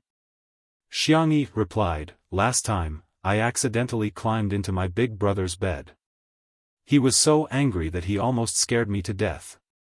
Sob. I didn't do it on purpose. I feel wronged." The picture in the picture was a conversation between her and her brother. "Xiangyi, big brother, don't ignore me. I know I was wrong. Xiangyi, big brother, can you give me some pocket money? I've been so broke lately. Xiangyi, gidge, pay attention to me. Sanction, busy. Xiangyi, can I fly abroad to play with you? I promise that what happened last time won't happen again. Sanction, behave, or else you know the consequences." Weibo exploded. The server was on the verge of collapse. The netizens vented their anger on Xiangyi's Weibo. Initially, she had posted detailed recipes for 2 dishes. Although there weren't many comments below, they were heartwarming. However, there was now a bloodbath. Her persona has collapsed. She's taking advantage of Nai's younger brother? Be more serious. Do you think our god is a spare tire? You're rearing fish. Screw you. You're an orphan. I'm so disgusted. She climbed into Lawyer Xiang's bed and still has the cheek to act coquettishly with him. To highlight, he's her biological brother. Ugh, my dinner from last night is about to pop out. Chapter 306. There was an uproar on Weibo, Melon forums, WeChat moments. Tomato Entertainment's public relations department acted as if they didn't exist. They were lying flat and accepting the ridicule, as if they had nothing to do with it. Instead, it became a signal that these revelations must be true. Otherwise, why didn't Xiangyi herself or Xiangyi's management company come out to deny it? At the very least, they should have issued a statement or sent a lawyer's letter to warn her. If they didn't deny it, it would be equivalent to admitting it. If they couldn't prove their innocence, they would have to suffer. In the apartment, Qin Wanyan looked at the silly netizens celebrating and smirked smugly. On WeChat, her manager sent her a message, "Wanyan, the contract for that variety show has been sent over. If you don't have any questions, I'll confirm it." Qin Wanyan replied with an "okay," threw her phone aside, and slowly poured herself a glass of wine. "I really don't understand that stupid woman, Xiangyi. She clearly has so many good cards, but she didn't use them in the past year. Now, she's messed up her good cards and lost everything. She's even bringing up her brothers again. If I had known this would happen, I wouldn't have done it in the first place. If the appearance of her 3 brothers had helped her increase her popularity, then now, Qin Wanyan was like a bomb. Now, Big Brother's appearance was like a bomb. She only pulled the fuse a little and it exploded with a bang. No matter what, Xiangyi couldn't afford to be accused of seducing her brothers. Imagining Xiangyi being nailed to the pillar of shame for the rest of her life, Qin Wanyan drank her red wine happily. In the manner. After Li Jianyu saw the news that the staff handed to him, he immediately ordered the live stream to end. The live stream came to an abrupt end, followed by a statement on the official Weibo account of Two Under One Roof, saying that there was a problem with the equipment and that the restoration time was to be determined. The netizens expressed that they didn't buy it. Please clean up Xiangyi's misdeeds. Smile smile smile, I thought this show was meant to help Shui stabilize his popularity, but now it seems that it's just to promote XY. Vase Fairy is definitely the royal of variety shows. She's been supporting her openly and secretly. Even when something happened, she didn't give up. No matter how much the fans protest, she's still focused. This popular variety show will sooner or later be ruined by her. Fortunately, the live stream ended before the situation escalated further. Xiangyi was dumbfounded when she saw the screenshot. She would never have thought that the terrible thing that her uncle was talking about was that the person who had taken over her body had climbed into her big brother's bed. The girl's face was pale. She pushed away the bowl and chopsticks and staggered back to her room. He did not even dare to turn around to look at Xianxia. She was afraid to see the look of disgust in her elder brother's eyes. She was even more afraid that her brother would never forgive her in this lifetime. Xianxia frowned. He stood up and wanted to chase after her, but was stopped by Shui. Get out of my way. Xianxia's tone was cold. Shui said helplessly, is there no one in your Xiang family who knows how to coax girls? Xianxia snorted. Do I need you to teach me that? Shui, TSK, let me guess, how are you going to coax her? Give her a candy? Xianxia had one hand in the pocket of his home clothes, and his fingertips were gently twirling a candy when he suddenly paused. Milk candy? Sure enough, it's a family heirloom. The corners of Shui's mouth twitched slightly. Let me do this kind of thing. He blinked his long eyelashes at Xianxia. Brother, I'm the best at comforting Sister E. Chapter 307. Xianxia's jawline was taut, and his aura was sharp and cold, with a natural sense of oppression.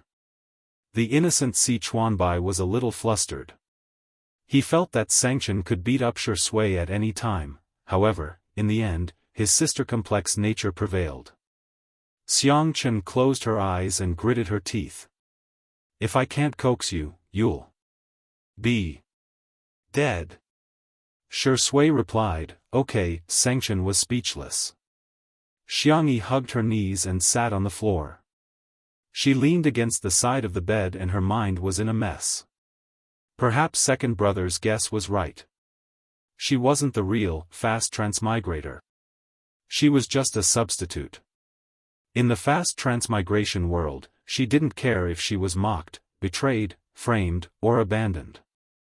Because those were people who had nothing to do with her. Because she didn't care, she didn't care.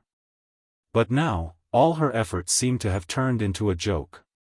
Xiangyi thought that she had a good mentality and could handle life and death situations calmly. But now, her mentality had really collapsed. No matter how strong a person was, they had their weaknesses. Xiangyi couldn't accept this reality. Click, the door lock moved slightly. Xiangyi turned a deaf ear to it.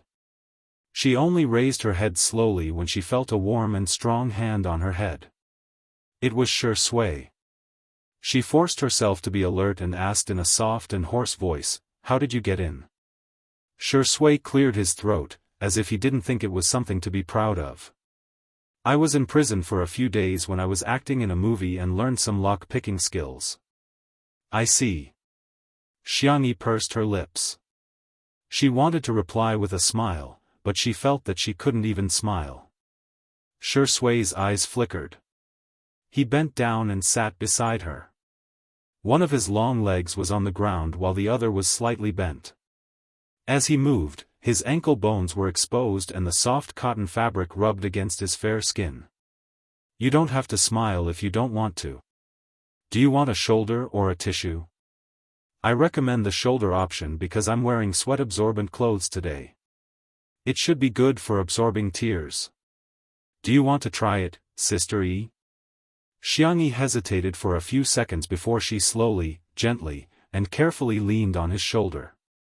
Although she always said that Sui was a little kid, in her heart, Sui was still the reliable and gentle brother next door whom she had found reliable since they were young. Sui remained silent and accompanied her silently. The room was extremely quiet. After an unknown period of time, Xianxia said in a low voice, I suddenly miss Mom and Dad. Pursed his thin lips.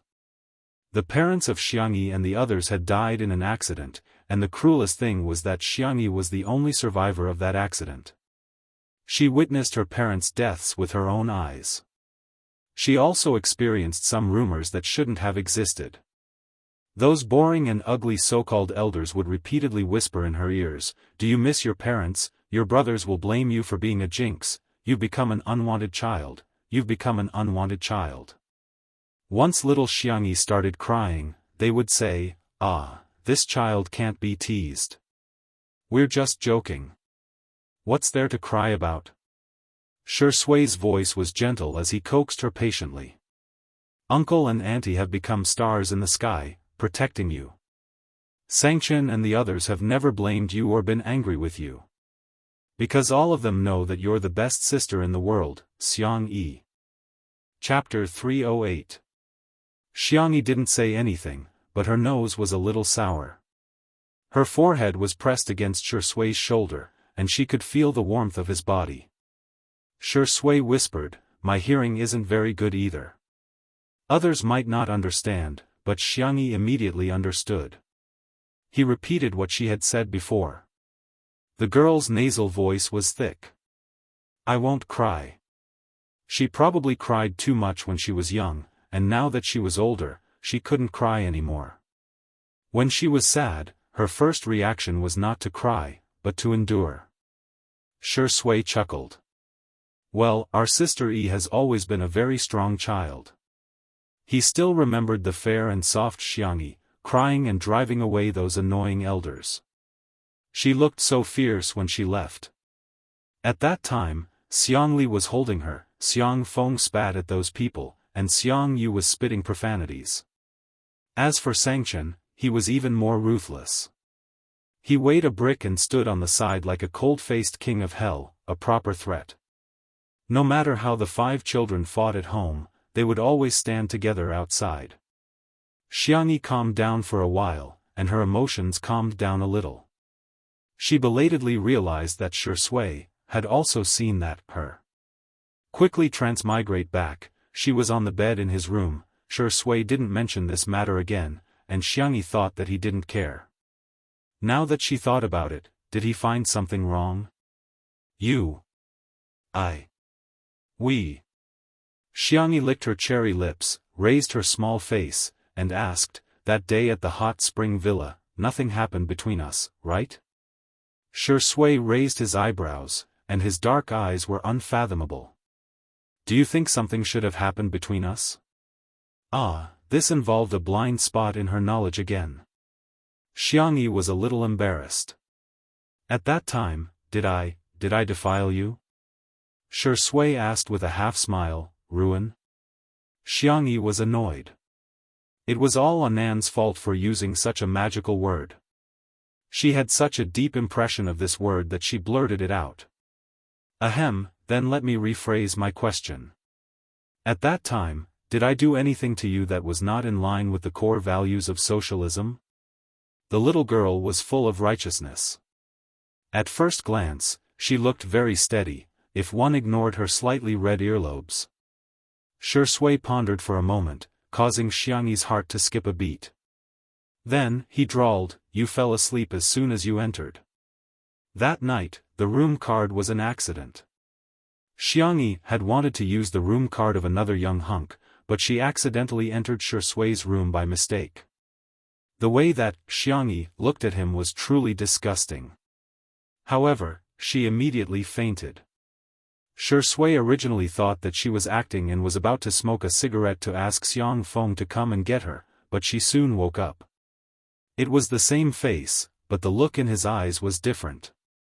Shui knew that she and she were no longer the same person. Hearing this, Xiangyi breathed a sigh of relief. However, looking at Shui's calm attitude, Xiangyi felt that he knew something. Just as she was about to ask, someone knocked on the door.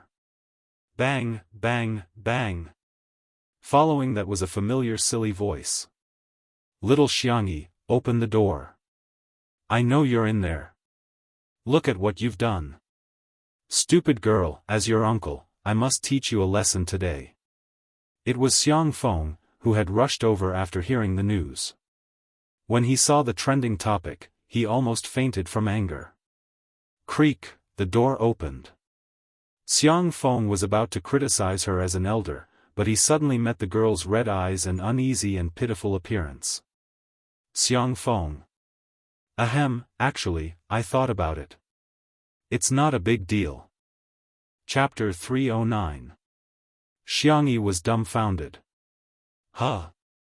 Xiang Feng said righteously, "Uncle, how can you not believe our little Xiangyi? It's a misunderstanding. It must be a misunderstanding. Okay, don't cry. Uncle will take you to eat your favorite junk food." Xiangyi clenched her little fists. She was ready to be scolded, but she didn't expect such a turn of events. The little girl nodded dizzily.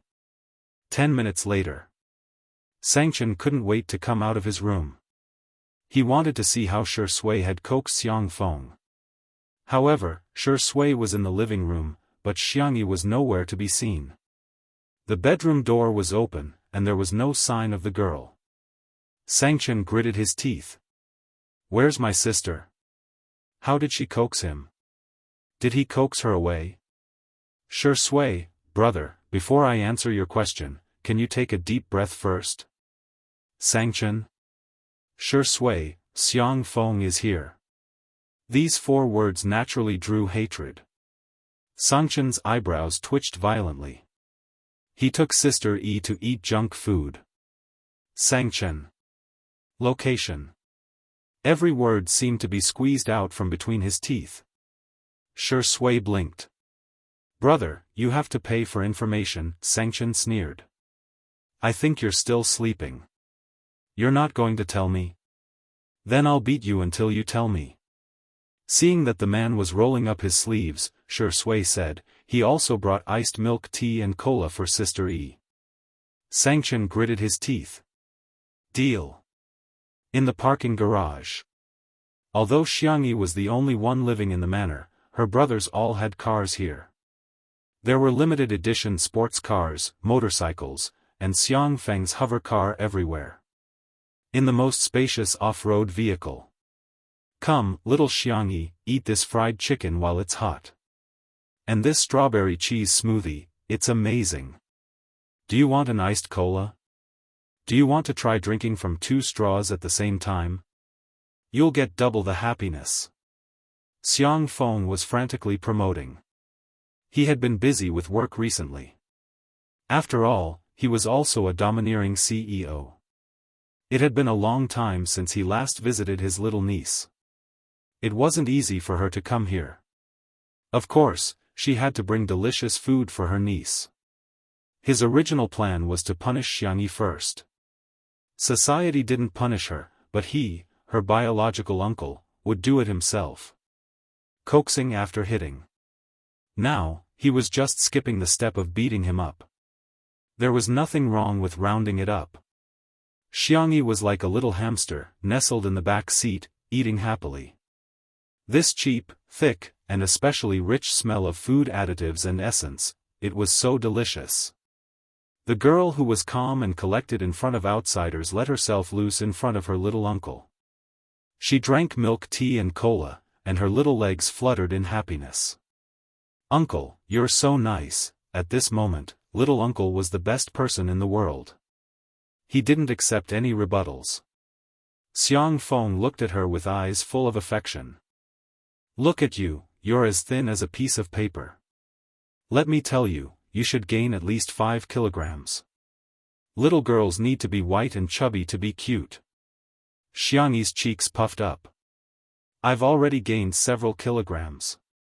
Xiang Feng picked through the food bag. "This bag is the devil's spicy strips. The last time I ate spicy food, I cried. Should I open one for you?" The little girl nodded like she was pounding garlic. The next second, the car window was knocked on. Xiangyi held her breath, thinking that there was an anti-peeping film on the car window. He couldn't see her, he couldn't see her. Xiang Feng was also nervous and accidentally blurted out, "There's no one in the car, there's really no one." Xiangyi, who was completely unprepared. Chapter 310. Xiang Feng made up for it. "It's just me." "Really?" Xiangyi, she looked at her little uncle, her eyes full of pain.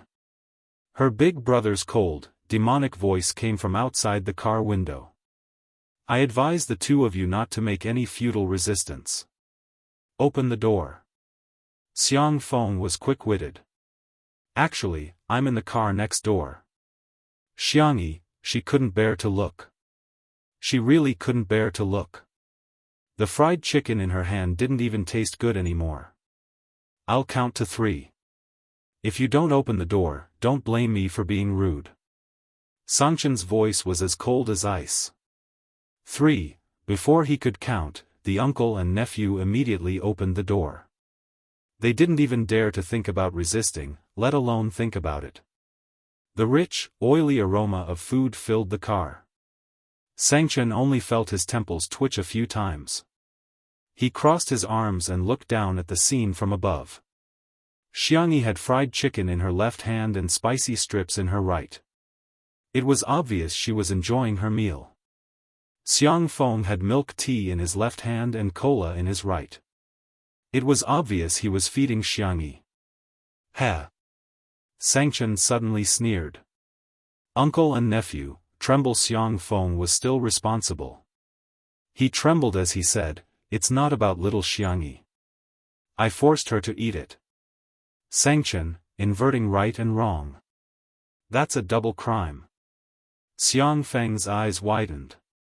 We're both adults. What's wrong with eating some snacks? Sangchen, stubborn. That's a double crime. Xiang Feng was instantly terrified. I was wrong. I really know. I apologize to you on behalf of little Xiangyi and myself. Sangchen, hypocrisy. That's a triple crime. Xiang Feng. So everything I say is wrong? You, come down. This sentence was directed at Xiang Feng.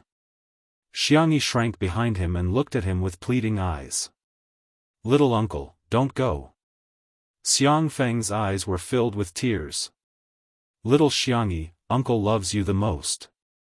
Don't worry, uncle will never abandon you. We, uncle and nephew, will share riches and tribulations together. Let's share fried chicken and cola. Xiangyi was extremely touched. Her cherry lips opened and closed as if she wanted to say something. In just an instant, Xiang Feng decisively got out of the car from the other side and ran away like a wisp of smoke. The speed at which those legs moved was even faster than that of a rabbit's. If he doubled his speed, he would probably leave behind afterimages. She wondered what he had been through all these years. Xiangyi, so the love between family members will disappear, right? He turned his neck stiffly and met his eldest brother's gaze. The man's tall figure was hidden in the dim light of the garage. His legs were long and straight, and his whole body exuded a sense of oppression that had existed since he was young. He lowered his eyes, exuding a sharp and intimidating aura. "Little rabbit, continue shaking," Xianxia said slowly, "eat." "Why aren't you eating?" "Fried chicken won't taste good when it's cold." Xiangyi's eyes were filled with horror. Her hand trembled and she almost dropped the fried chicken. "Brother, now you know how to call me brother? What were you doing earlier?" The corners of Xianxia's mouth curled downward, full of cold disdain. His irritable mood couldn't be suppressed and rose from his heart, especially when he saw the cold and spicy food. It was like a ball of fire was burning unscrupulously. His tone became harsh and cold. "Xiangyi, you've really grown up. You ran away from home without a word and didn't even say goodbye when you came home? You'd rather be comforted by that dog of a man, Shui, than come find me? Do you still see me as your big brother?" Chapter 3:11. Xiangyi was dumbfounded. She remained motionless as she held the fried chicken and spicy sticks in her hand. A few seconds later, she gradually came to her senses. Big brother meant, she had a guess, but she wasn't sure. Xianxia kept a straight face and was about to continue lecturing her when the girl suddenly burped cutely. "Xiangyi, Xianxia, indeed, carbonated drinks like cola shouldn't be drunk too much." With the hiccup interrupting, Xianxia turned his face and covered his thin lips with his hand. Xiangyi didn't know if it was her imagination, but she felt that her big brother was, secretly laughing. "Ahem." Xianxia cleared his throat and said fiercely, "Do you know what you did wrong?" Xiangyi nodded. "Do you still dare to run away from home next time?" Xiangyi shook her head. Xianxia was satisfied. "Okay, let's eat fried chicken." Xiangyi looked at him in disbelief, thinking that she had heard wrong. Can I eat it?"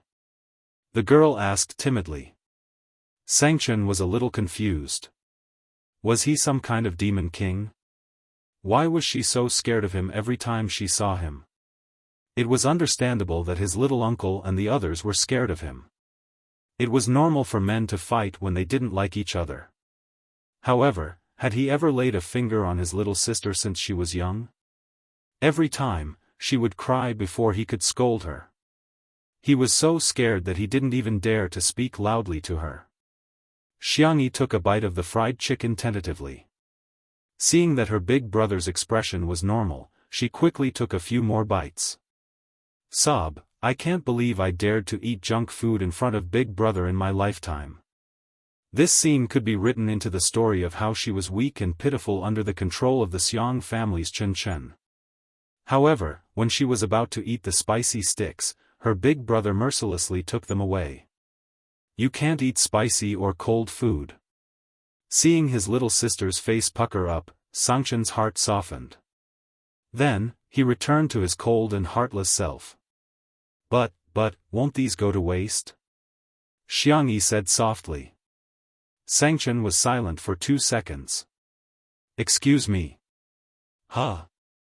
Make some space for me," the man said indifferently. He sat down beside her and expressionlessly took a bite of the spicy strip. Tsk. It was indeed trash. Xiangyi looked at him eagerly. "Is it delicious?"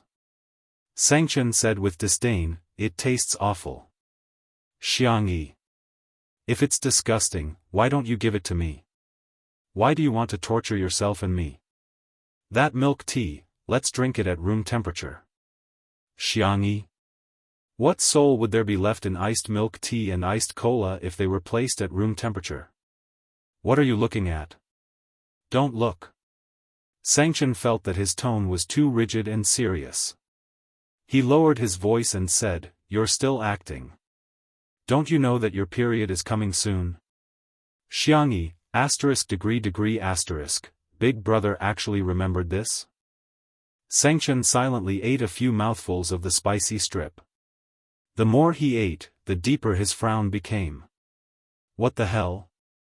Was this something that humans ate? His taste buds were very sensitive. He could only taste the additives and low-quality oil. "Big brother, The girl's delicate and weak voice sounded in his ears. It was small and timid. Xianxia licked the corner of her lips. Did she really do something to you? If they didn't talk about it, it would become a knot between her and her brother for the rest of their lives. The siblings had a tacit understanding. Xianxia immediately understood who she was referring to. Thinking of that ridiculous scene, his jaw tightened. His long and narrow eyes outlined an earth-shattering coldness. Do you think I'm stupid? Do you think I can't tell who is my sister? Who is the impostor? Chapter 312. That night, Xianxia saw Xianxia at the hospital. When he found out that his sister had been in a car accident, he pushed aside all his work and rushed to the hospital immediately. After watching over his sister for a few hours, he was a little sleepy and slept on the guest bed next to her. Later, the impostor woke up and looked at him on the edge of the bed. Xianxia opened his eyes and found that she was looking at him strangely. Xianxia didn't think much of it at first and asked in a low voice, "Are you hungry? Do you want some porridge?" The girl blinked and said in a sweet voice, "Brother, you're so nice." Xianxia immediately sensed that something was wrong. "Brother, I want you to sleep with me for a while." The girl climbed onto the bed nimbly and snuggled into the man's arms. She raised her hand and slid it to his sleeve, rubbing it ambiguously. That person was using the face of his closest sister, but she was saying the most disgusting words. Xianxia grabbed her neck. His body was covered in frost, and the coldness could crush everything. He was domineering and domineering. "Where did you take my sister?" The impostor's eyes widened in horror. He tightened his grip, and the impostor's face turned red. She felt suffocated, at the last moment. Rationality returned. Xianxia retracted his hand, his chest heaving violently. "I'll ask again. Where is my sister?" The impostor realized that he wouldn't really do anything to her, so she pretended to be deaf and mute and refused to answer. Later, Xianxia took her to see the best psychiatrist abroad. He, who was a firm believer in materialism, even turned to theology for help.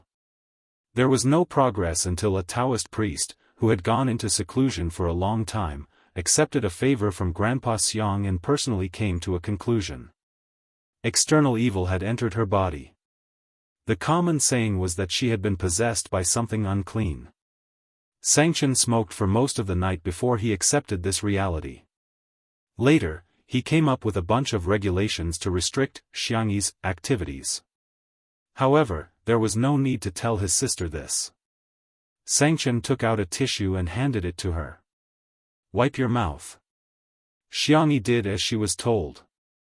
Xiangli told me about his conjecture, and I agree with him." Xianxia was slightly stunned. In other words, Big Brother also felt that that person would come back. Since the main system exists to help you travel between different worlds, why can't you complain about such a bug? Can you still contact the main system? This reminded Xianxia that she couldn't do it now, but Xiao Naofu might be able to. It seemed that it was time to pick up Xiao Naofu and bring him home. "I'll think of something." Now that the knot in her heart had been untied, she had a plan for what to do next. Xianxia sniffled and said pitifully, "Big Brother, if only our whole family could wear it together." Xianxia frowned. "Why? Did someone bully you?" "Yes. I've been beaten so many times. Especially in the Wuxia and Xianxia worlds. Perhaps in Xianxia's heart, her big brother was the most trustworthy and dependable. She was like a childish child who would complain to her parents. If you were there, it would definitely be our family beating others up." Xianxia, so what kind of image did his sister have of him? Xianxia was still fantasizing. "Big brother, you're in charge of beating people up, second brother is in charge of trapping people, third brother is in charge of bullying people, fourth brother is in charge of being fierce, and little uncle, is in charge of being a mascot?" She thought for a moment and said hesitantly, "How about we don't bring him along? Tsk, a soft, hoarse, and seductive sound was heard. Every inch of the man's sharp edges softened, stretching into a happy and rare gentle arc. Yes. Big Brother smiled. Chapter 313. Xianxi's courage grew a little. She was so nervous that her toes curled up. She asked tentatively, "Then can I have a sip of milk tea?" "Just one sip, really?" Xianxia raised his eyebrows. He pulled out a wet towel and patiently wiped his slender fingers clean. Just as Xianxia was feeling disheartened, she heard two words that were like the sound of nature. "Drink it." Xianxia! Exclamation point. She happily picked up the milk tea and took a big sip with her cheeks puffed up. Xianxia watched as she drank a third of the milk tea. She really took a sip. Xianxia? Sensing her brother's gaze, Xianxia put down the milk tea reservedly and gulped it down. She burped because she was too full. However, a bright smile bloomed on her face. From today onwards, she was the fiercest child in the Xiang family. Not only did she eat fried chicken in front of her brother, but she also drank milk tea in front of him. Xianxia looked at her sweet smile and swallowed the scolding that was about to come out of his mouth. Forget it, forget it. If she was naughty, then so be it. After all, his little sister needed to be pampered.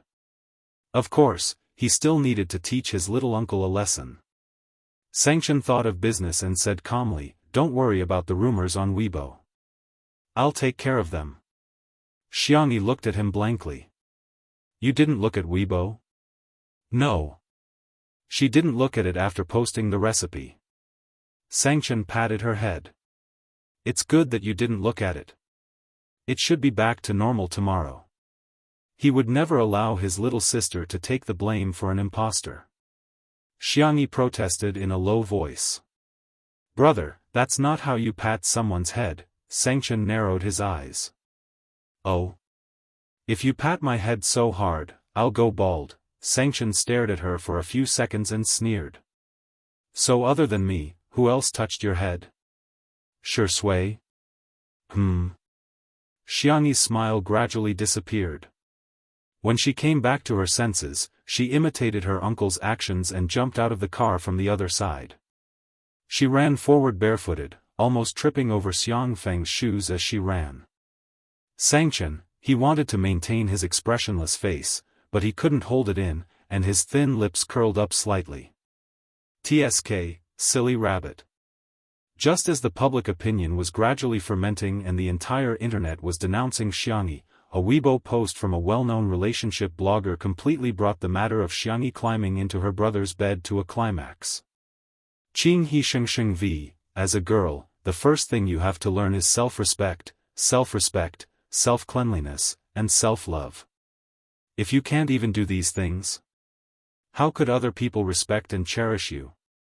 Forgive me for being blunt, but the female celebrity who caused such an uproar today ignored ethics and crossed the bottom line of human nature. Such behavior is really shameful. Celebrities in the entertainment industry are public figures. Any bad behavior will be magnified and have a great impact on society.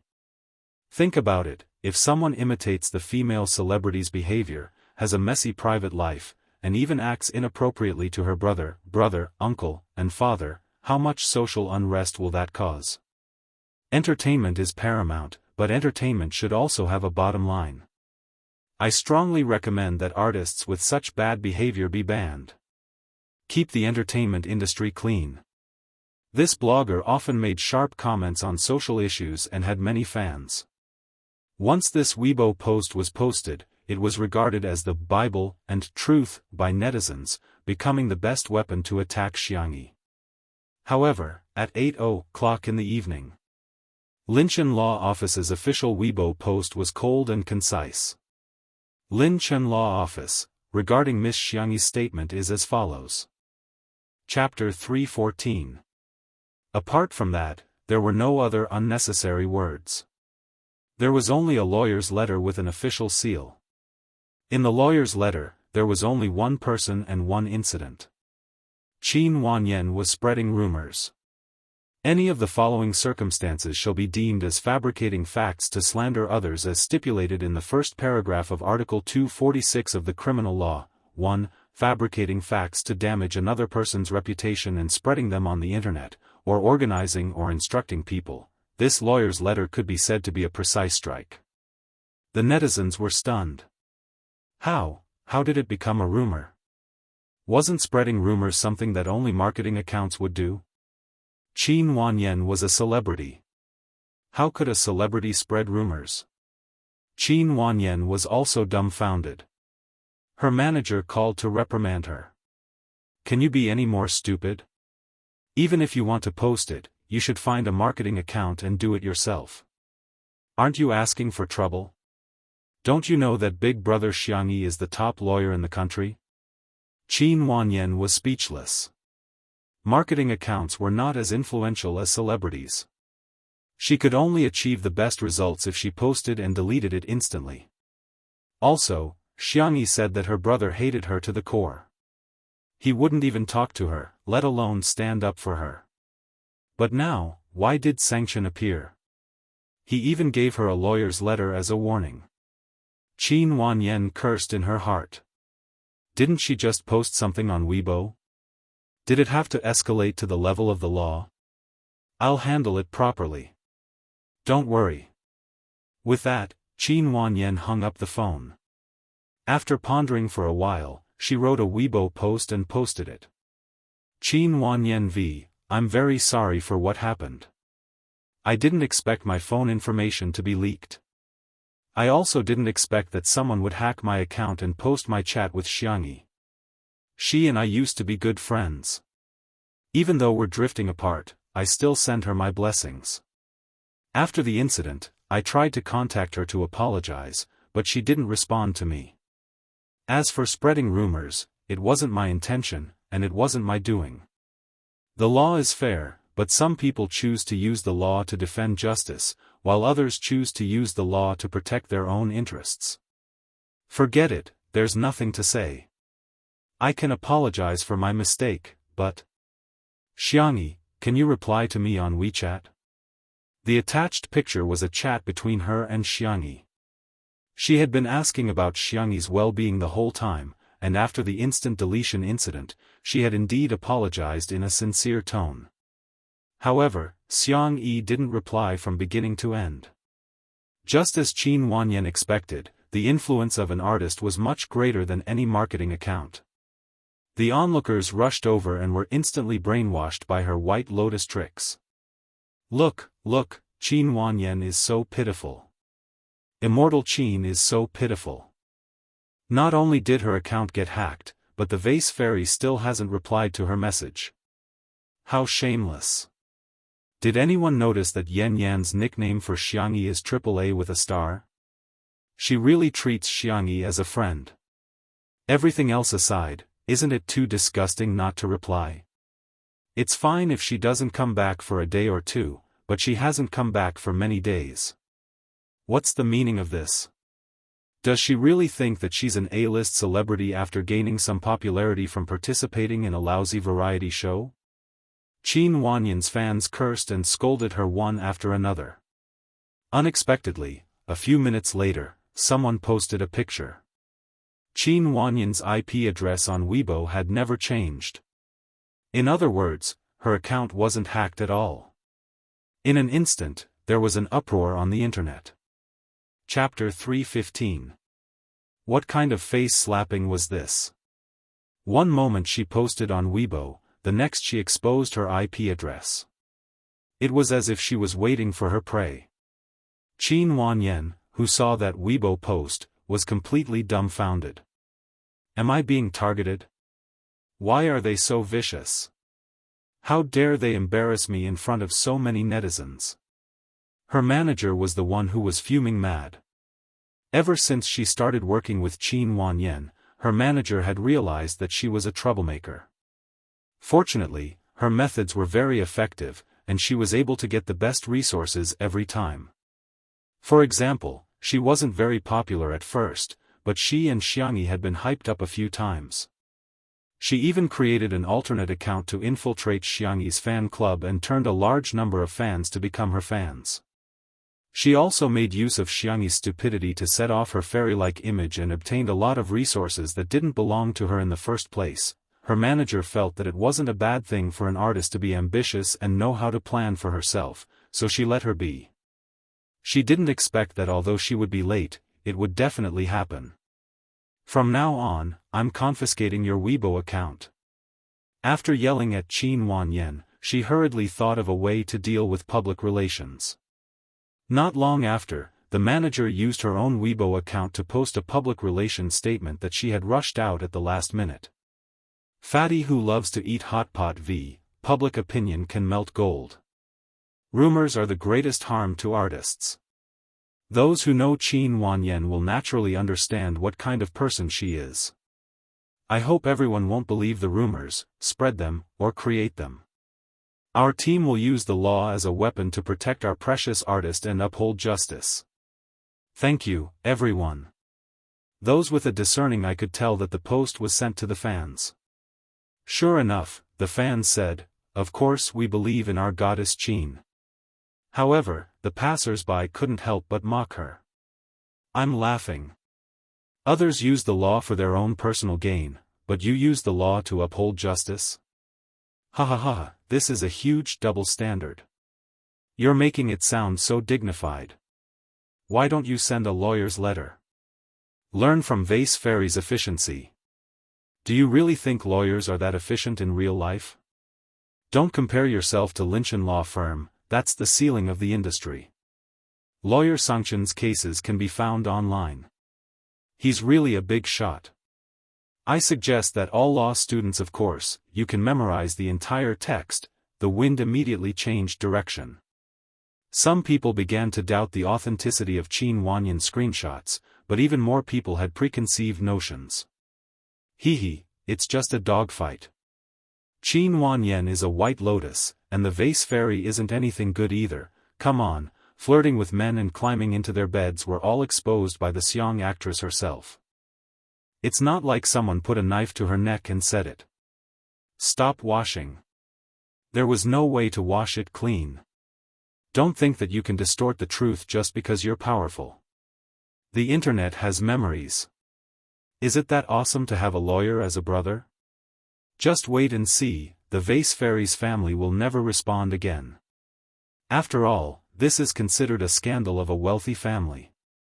Who in high society would be so shameless? The next second, someone exclaimed, "Holy sh**t. Xiangxi's big brother seemed to have personally responded. Search for Big Brother Tutu and you'll see. That night, countless netizens discovered Sanction's Weibo account. Tutu's Big Brother v. All the incidents are complications of amnesia. Our little bunny lost her memory after a car accident 376 days ago. Attached are the hospital records and the diagnosis of the psychiatrist and psychiatrist, as well as a comparison video of her before and after she lost her memory. Chapter 316. Netizens, huh? Amnesia? Nowadays, everyone received a large number of pieces of information every day. Weibo's trending topics changed many times a day. Sometimes, netizens would even forget what they had seen. However, there were still those with good memories. They quickly explained to everyone that Dr. Xiangli once said that Xiangxi had amnesia for a year. Everyone came to a sudden realization. So, all the clues had been linked together? They clicked on the pictures. Sanction's pictures were just like him, logical, cold, and concise. Medical records, diagnoses, and screenshots of the hospital or the psychological clinic. Some were in Chinese, some were in foreign languages, and some were in electronic files. Every picture was taken with the time, which couldn't be faked. These could be said to be irrefutable evidence. Seeing these pictures, many netizens realized that they had been played like monkeys, and even used as a tool. Some impulsive ones had already rushed to Qin Wanyan's Weibo to start Zhuan mode. There were also some who clicked on the second Weibo post, which was the surveillance video that Sanction had posted. At the beginning of the video, there was a warm scene. It looked like a family dinner. The eldest brother was Xianxia, the second brother Xiangli, the third brother Xiangqi, the fourth brother Xiangyu, and a simple-looking man who didn't look very smart. The whole family was good-looking. Xiangyi in the video had slightly rounder cheeks than she was now. She was wearing a lovely cotton dress, and her hair was draped over her shoulders. She smiled very gently. "Little Xiangyi, happy birthday. This is a gift from your uncle." The simple-looking man was the first to take out a gift box. "This is a lifetime VIP card for your favorite ice cream brand." In the next second, all four brothers looked at him with murderous gazes. Xianxia snorted coldly. Seeing that it was his sister's birthday, he didn't argue with him. The second to present a gift was Xiangyu. Sister, this is a game console I'm giving you. It's a limited edition. We can play games together in the future." Then came Xiangqi, who said in a disdainful tone, "Your dress is too old-fashioned. Here, wear the new dress I made for you. I've embroidered many little flowers for you." Then, it was Xiangli's turn. The man pushed his glasses and said gently, "Recently, I wrote a new artificial intelligence program. It's quite useful for checking recipes and matching nutritional information. I installed it in this stereo." The last one was Xianxia. The man's face was cold and his eyes were sharp. He threw a folded piece of white paper over in a domineering manner. "Write whatever you want." The others. "How could this be? Xiangqian, you're cheating." However, when faced with Xiangqian's frosty gaze, no one dared to say anything. All right, it's time to blow out the candles. Little Xiangyi, quickly make a wish." Xiangyi blinked and clasped her hands together. "I hope that our family can still be together next year." The video went black as it switched to the second half of the video. It was the conversation between Xiangyi and her brothers after she lost her memories. "You're my brother? You're my brother too? Then shouldn't you guys give me some pocket money? I just saw a bracelet studded with diamonds. It's so shiny and beautiful." It was clearly the same face, but from her demeanor to her tone, even her body movements were different. The comment section immediately turned into a huddle. F***ck, I'm shivering. It feels like a supernatural event. Don't talk about acting. If the Vase Fairy had such acting skills, she would have won the Best Actress award long ago. Oh my god, I thought of a possibility. Maybe it's not amnesia. She's just been possessed by a weasel. Chapter 317.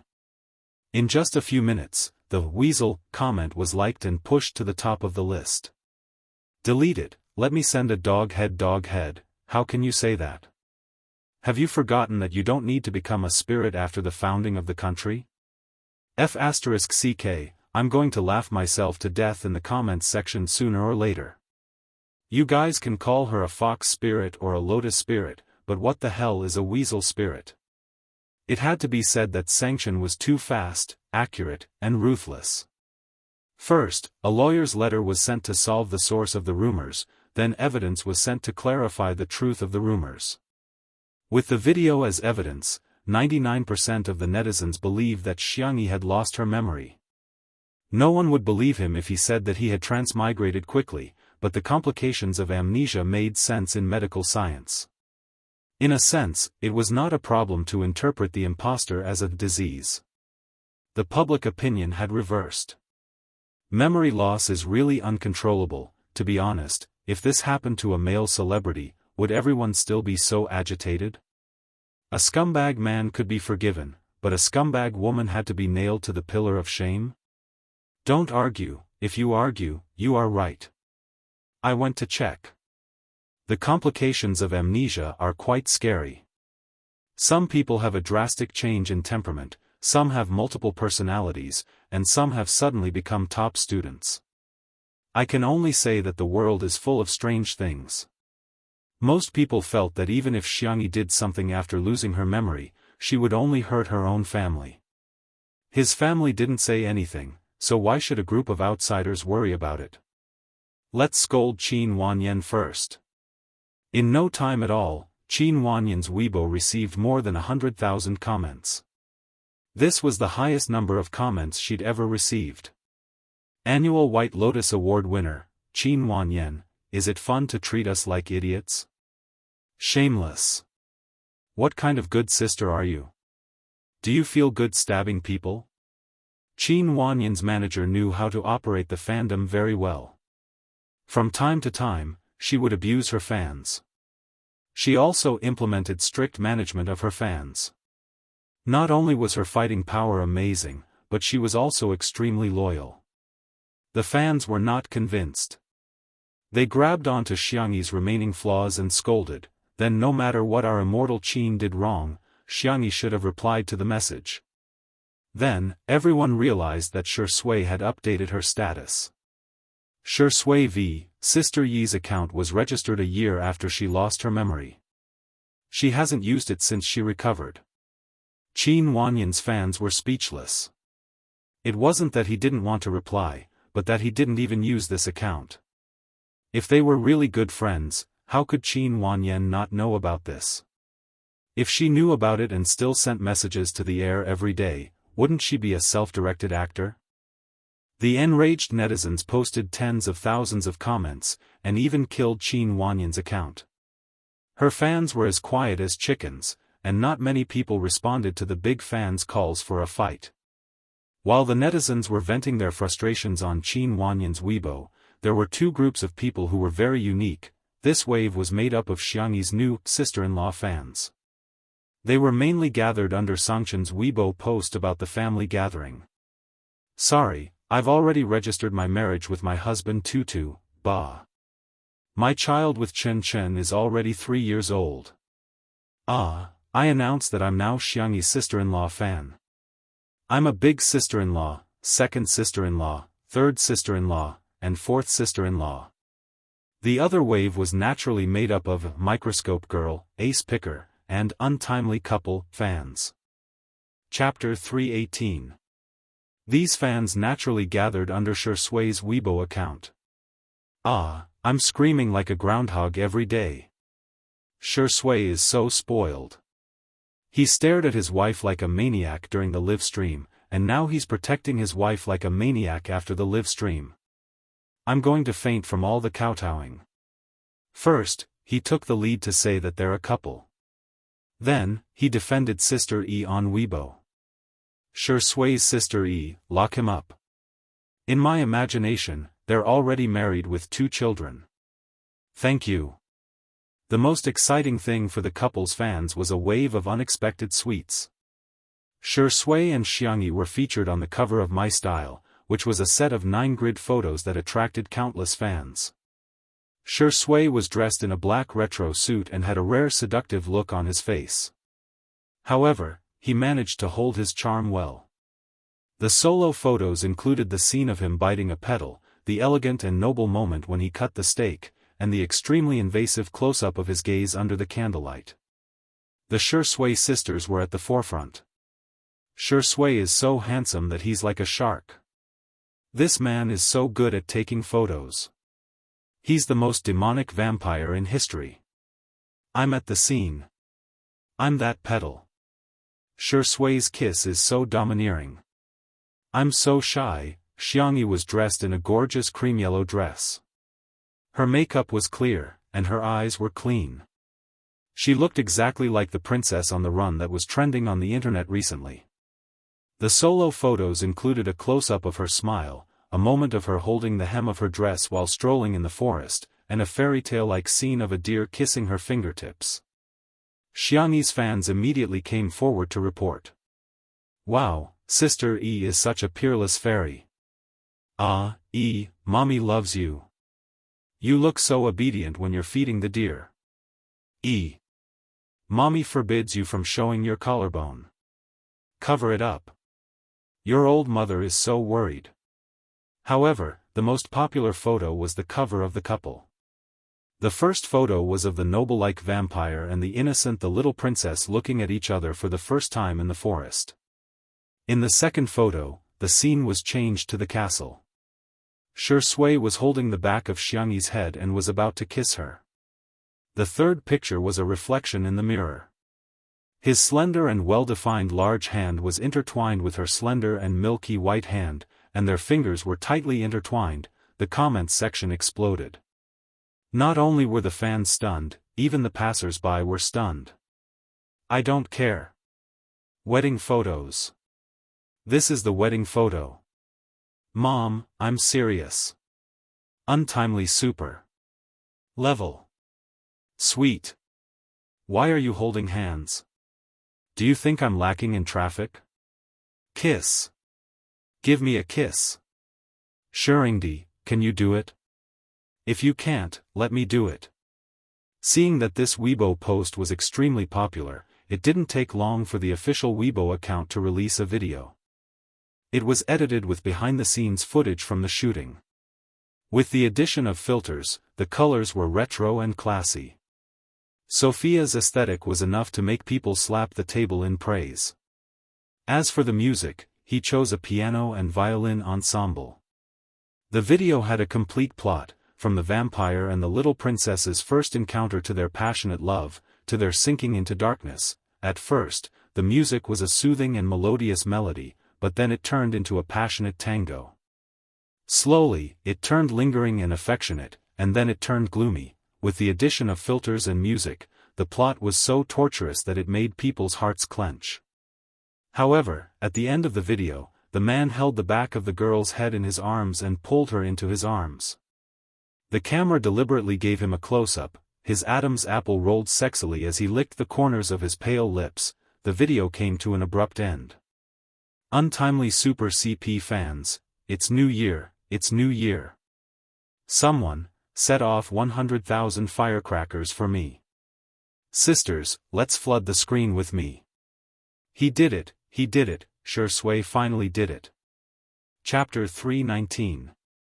It had to be said that the chemistry between Shui and Xiangyi was too strong.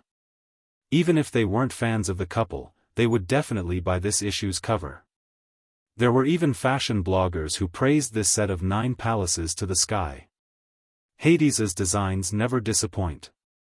The precise tailoring and flowing folds give this escaped princess dress a new definition.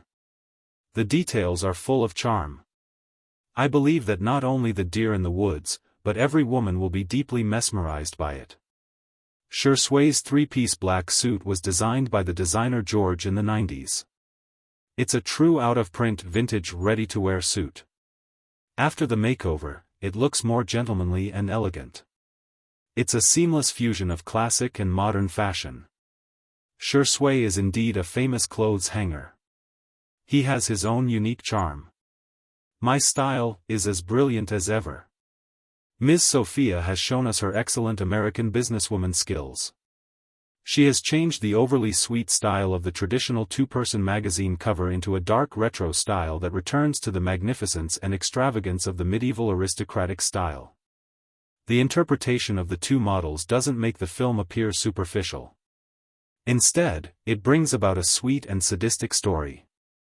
Seeing that the popularity and reputation of the magazine had skyrocketed, the headquarters of the magazine immediately decided to print more copies of this issue. As for the part where the little princess flirted with the vampire, it was used as the final trump card. In the manner. After some discussion, the live stream was restarted. Considering that the clarification on Weibo might not be seen by every netizen, Li Jianghu felt that it would be better to use a live stream to clarify the matter a second time. In addition, in order to ease public opinion, he first released a topic that was enough to arouse everyone's emotions. Dear viewers, this Friday at 9:00 in the evening, the edited version of 2 Under One Roof will premiere on all major video websites. I hope that everyone can give us some face. When the time comes, click on it and leave a comment. Our production team will kneel down and thank you. Li Jianghu spoke in a cadence as if he was performing a crosstalk.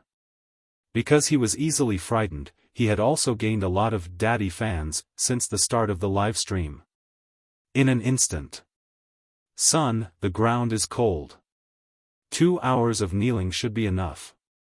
Daddy wants to see a slideshow, can you arrange it quickly?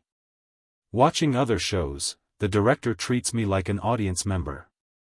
Watching Two Under One Roof, I treat the director like a trash. There's only one word to describe it, awesome. Ha ha ha ha popped up on the bullet screen. The atmosphere was very harmonious. However, when the camera panned to Xianxia, it was inevitable that there would be some scolding. These people were a step too slow and didn't see Lin Chen law firm and Sangchen's 2 Weibo posts. They were still mocking him in a sarcastic manner. No one would dare to refute that the vase fairy is a dumb artist, right? Ha ha ha, I've never seen a celebrity who's trending every day and doesn't have many fans protecting her. Not only do they have no fans, but their agency is also dead. This couple's fans are still bragging about how they're well matched in terms of social status. Is there anyone who doesn't know that the vase fairy signed an overbearing contract with the company? The company will take 90% of the profits, and the remaining 10% will be called personal income tax. The worst part is that you have to pay 100 million yuan for terminating the contract, hee. Xiang Feng was originally watching the live stream with his headphones on and wasn't in the frame. However, as soon as he saw the foul language posted by the netizens, he immediately retorted. After a few words, Xiang Feng received a notification: frowny face, your account has been banned. Xiang Feng. Chapter 320. I, the domineering CEO, the owner of the Xingqian app, have been banned again? What kind of stupid review is this? Stupid restriction. Stupid programmer. Deduct their salaries. Deduct their salaries. Xiang Feng was infuriated when he heard his little niece's soft and gentle voice. Uncle, do you drink milk tea? Xiang Feng was speechless. Rubbish live stream, I'm not watching it anymore.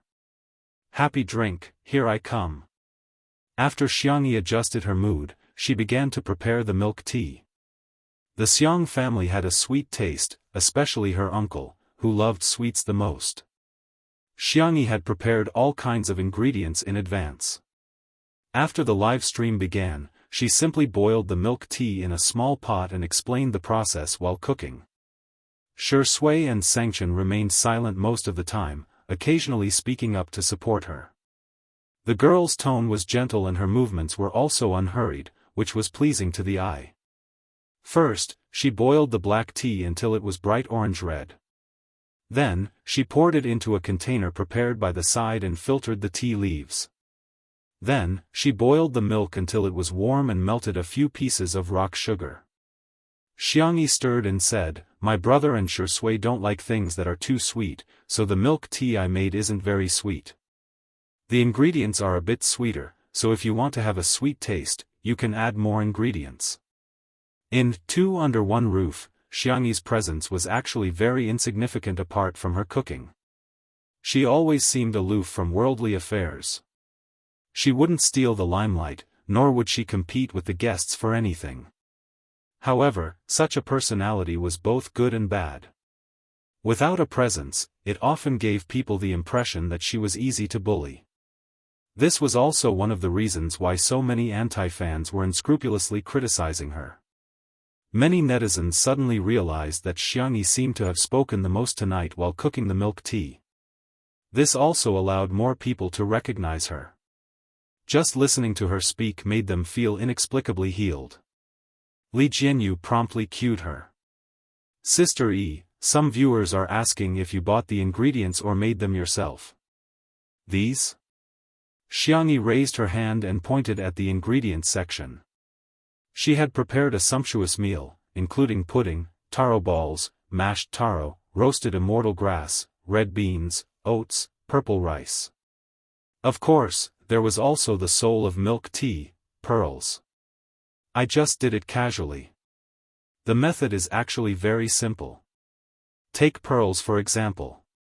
Boil brown sugar and water, pour it into tapioca starch, and stir it into a ball like kneading dough. Then, roll it into a small ball and cook it slowly. The method of making taro balls is to steam sweet potatoes until they are cooked, press them into a paste, and then add an appropriate amount of sweet potato powder. The netizens in the live stream, I've already recorded it. I want to cook it too. My brain can learn as soon as it's learned, my hands can't do as soon as it's done. Boo-hoo, Xianxia is actually so gentle. I like listening to her speak so much, it's so comfortable. Pretty sister, please turn on your mic more in the future. I like it even if you tell me the recipe. Li Jianyu sighed with emotion as he watched Xianxia introduce the milk tea snacks to the audience, and the audience's favorable impression of her increased. Live streaming was a double-edged sword. Some people gained countless fans after live streaming, while others lost their fans after live streaming. Perhaps, he had been wrong all along. He had thought that Xianxia would be low-key so as not to attract hate. But now, it seemed that letting her express herself naturally was far better than any other method to attract fans. Ding dong, the electric cooker's timer sounded. The milk and black tea were mixed and boiled to about 80 degrees before stopping. Xianxia first filled a cup for her little uncle. Xiang Feng hurriedly stuffed it into Sangchen's hands like a hot potato. Little Chen Chen, you drink first. No wonder he was the #1 lackey in the Xiang family. Chapter 321. Sangchen took it with a straight face and took a sip. The aroma of the tea was refreshing and rich in milk. It had a smooth and refreshing texture. The sweetness was just right for him. Although Sangchen didn't say anything, he silently took 2 more sips. The netizens. It must be delicious. Xiangxi's fans even typed with tears in their eyes, I didn't expect that one day, I would not only crave Xiangxi's body but also his milk tea. Xiang Feng was given the second cup and excitedly added a bunch of condiments. He didn't even use a straw and simply gulped it down. Pearl taro pudding, sweetness ++++. It feels so good. He looked at Shui provocatively, thinking to himself, finally, there's someone behind me. My little niece scooped it for me first. In the next second, Shui smiled slightly and raised his hand to add some condiments for himself. However, his hand suddenly trembled and the spoon fell into the bowl. There was a look of helplessness in his dark eyes. Xianxia hurriedly said, I'll add some for you, what do you want? Thank you, Sister E. Shui looked at her innocently and gratefully. 2 spoonfuls of taro pudding, thank you. Xianxia added 2 spoonfuls of taro pudding for him and even placed a straw in it. She then carefully handed it to Shui. She almost fed it to him herself. Xiang Feng's eyes widened as if he had been struck by lightning. In the live stream, who is this silly man? Why is he so funny? I seem to have heard Xianxia call him uncle before. He should be a relative. I don't believe it. Xiangxia and Chen Chen are obviously not on the same level as him. How can they be family? The netizens' disdain for Xiang Feng was almost overflowing. On Weibo, Tomato Entertainment's latest comment received tens of thousands of scoldings. In fact, it wasn't that Xianxia didn't have any fans, but her fans were kind enough to criticize Tomato Entertainment instead of arguing with the haters. Even Qin Wanyan had a manager to defend her. No matter how bad the public relations effect was, at least her fans wouldn't be disappointed. But what about Tomato Entertainment? The company pretended to be dead. Their last post was a Weibo post about C7's new album being released on the music platform 2 weeks ago. Xiangxi's fans were completely enraged. Trash company, all you know is to make money. Daily question, did Tomato Entertainment go bankrupt today? What kind of agency are you? Is the PR department dead? Just as the scolding reached its peak, Xiangxi's manager, Ah Nan, suddenly posted on Weibo. Little Ah Nan v, everyone, stop scolding, the dog company is going to be a human soon. When the fans saw that he was still standing by the company, they were furious. I think you don't want to be a human anymore. As Xianxi's manager, what have you done?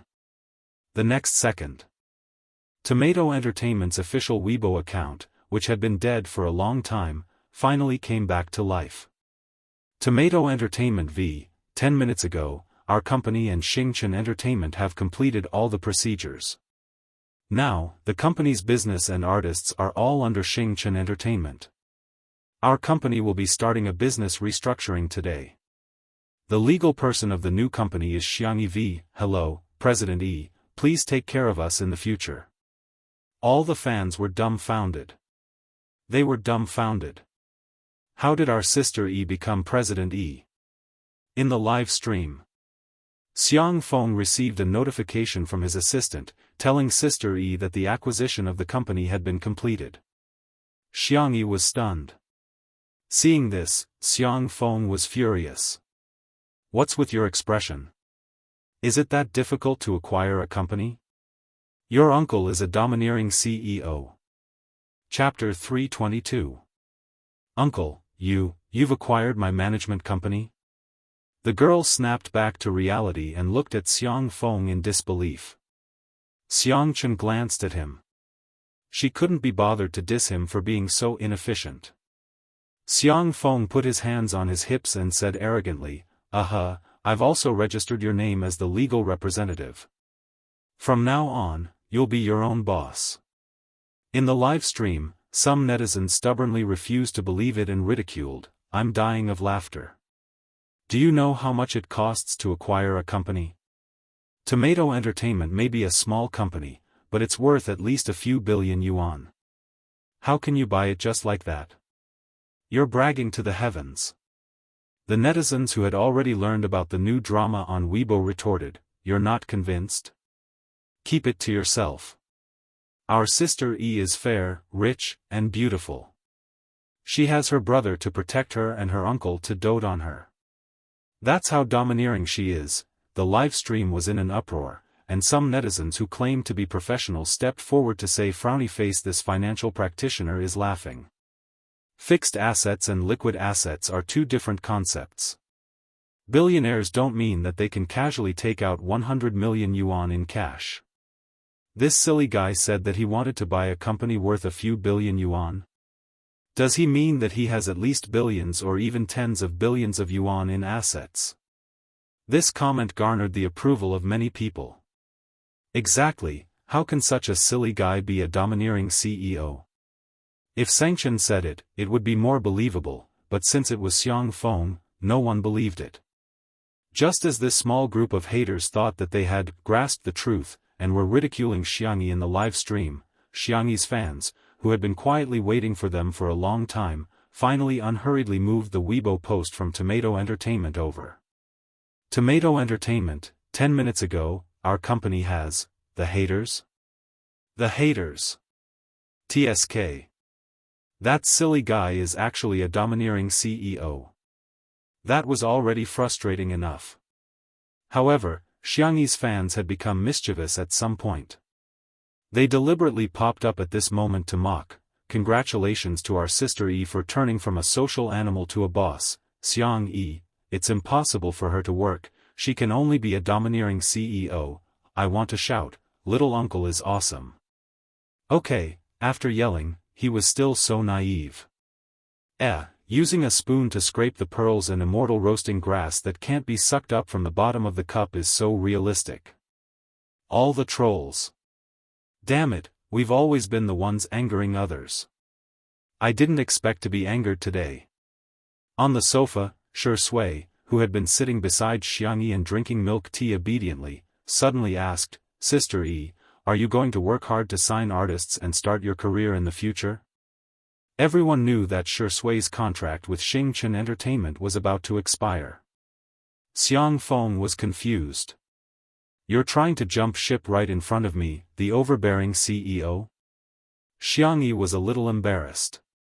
I don't think anyone wants to sign with my company. She knew a little about management and had practiced in the world of transmigration. However, it wasn't easy to sign an outstanding artist. The trolls caught their breath and typed angrily, "At least you have some self-awareness." At this moment, the sound of an argument suddenly came from outside the living room. "We came first, we want to see sister first." "Ha, I won't let you. You can choose whether you want to fight one-on-one or gang up on her." The live stream, Why do I feel like it's Chen Zai from C7? Isn't the C7 boy group a ready-made artist? All the trolls, pfft, I'm so angry. Chapter 323. Xianxi's eyelashes fluttered as she stood up. "We have guests, I'll go take a look." The cameraman followed closely behind her. The girl opened the door, and the cameraman happened to capture the scene outside. Sure enough, it was the 7 members of C7. The group's top celebrity, Jiang Chen, was arguing childishly with someone.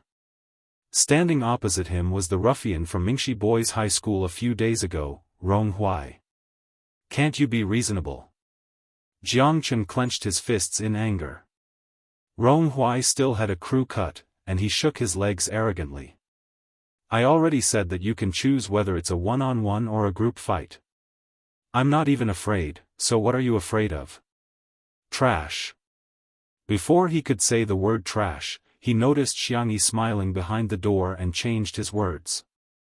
"Spicy chicken tastes good. Jiang Chen, do you have? Are you crazy?" His captain, Xianxia, blocked his words with his hand. Xianxia was the standard pretty boy, and he flashed a clean smile at Xiangxi. "Hello, sister." Ahem, Jiang Chen wanted to say, "Do you have any Sichuan restaurants to recommend?" Jiang Chen's ears turned red. He didn't expect his sister to see him arguing with someone. Boo-hoo, he would definitely be hated. Rong Huai was also a little uncomfortable. He whistled and pretended to be calm, but his eyes kept sneaking glances at Xiangxi, revealing a guilty conscience. Unexpectedly, when Xiangxi opened her mouth, her tone was still gentle and soft. "I made milk tea, do you want to drink it?" Rong Huai was the first to speak. Yes. C7, me too." The two sides exchanged glances, and their swords were drawn. Xiangxi said helplessly, "Everyone has a share. Come in first." Rong Huai was tall, strong, and experienced in fighting. He pushed Jiang Chen and the others aside and was the first to enter the living room. C7. We were too careless. He actually beat us to it. However, even if we can't beat this troublesome brat, can we not beat our own members? Thus, the 7 of them squeezed together at the door to see who would enter first. If not for Xiangxi coming over to persuade them, they would probably have fought. It could be said that this group of souls were like plastic. Because there were too many people, the sofa could not accommodate all of them, so the younger brothers all sat on the floor. Sitting on the sofa, Xiang Feng, Sangchen, and Xiang Feng looked down at everyone. Xiang Feng was envious. "If I were 10 years younger, my skin would be as good." Sangchen, heh. Shi Sui chuckled. "Humph, do you two think you're any better?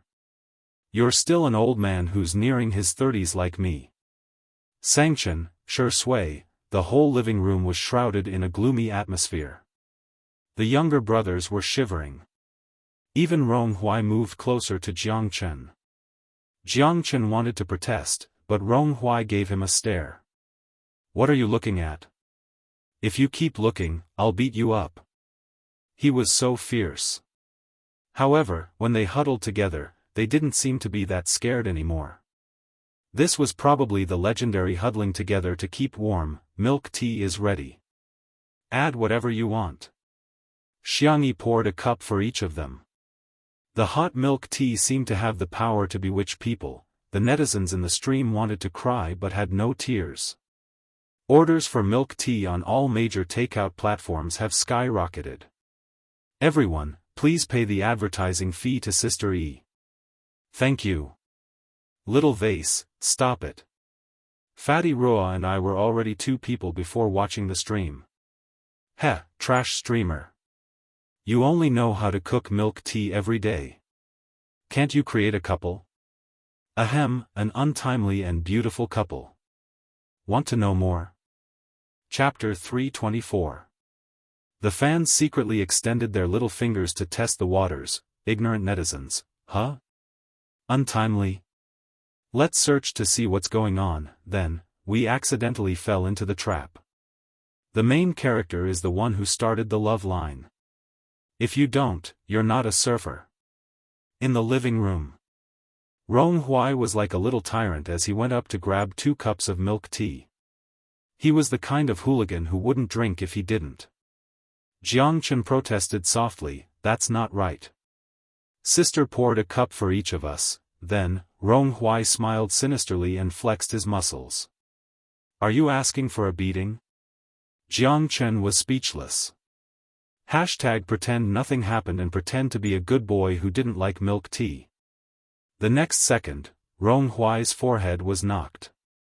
He hissed and raised his head fiercely, like a frivolous and wild wolf puppy.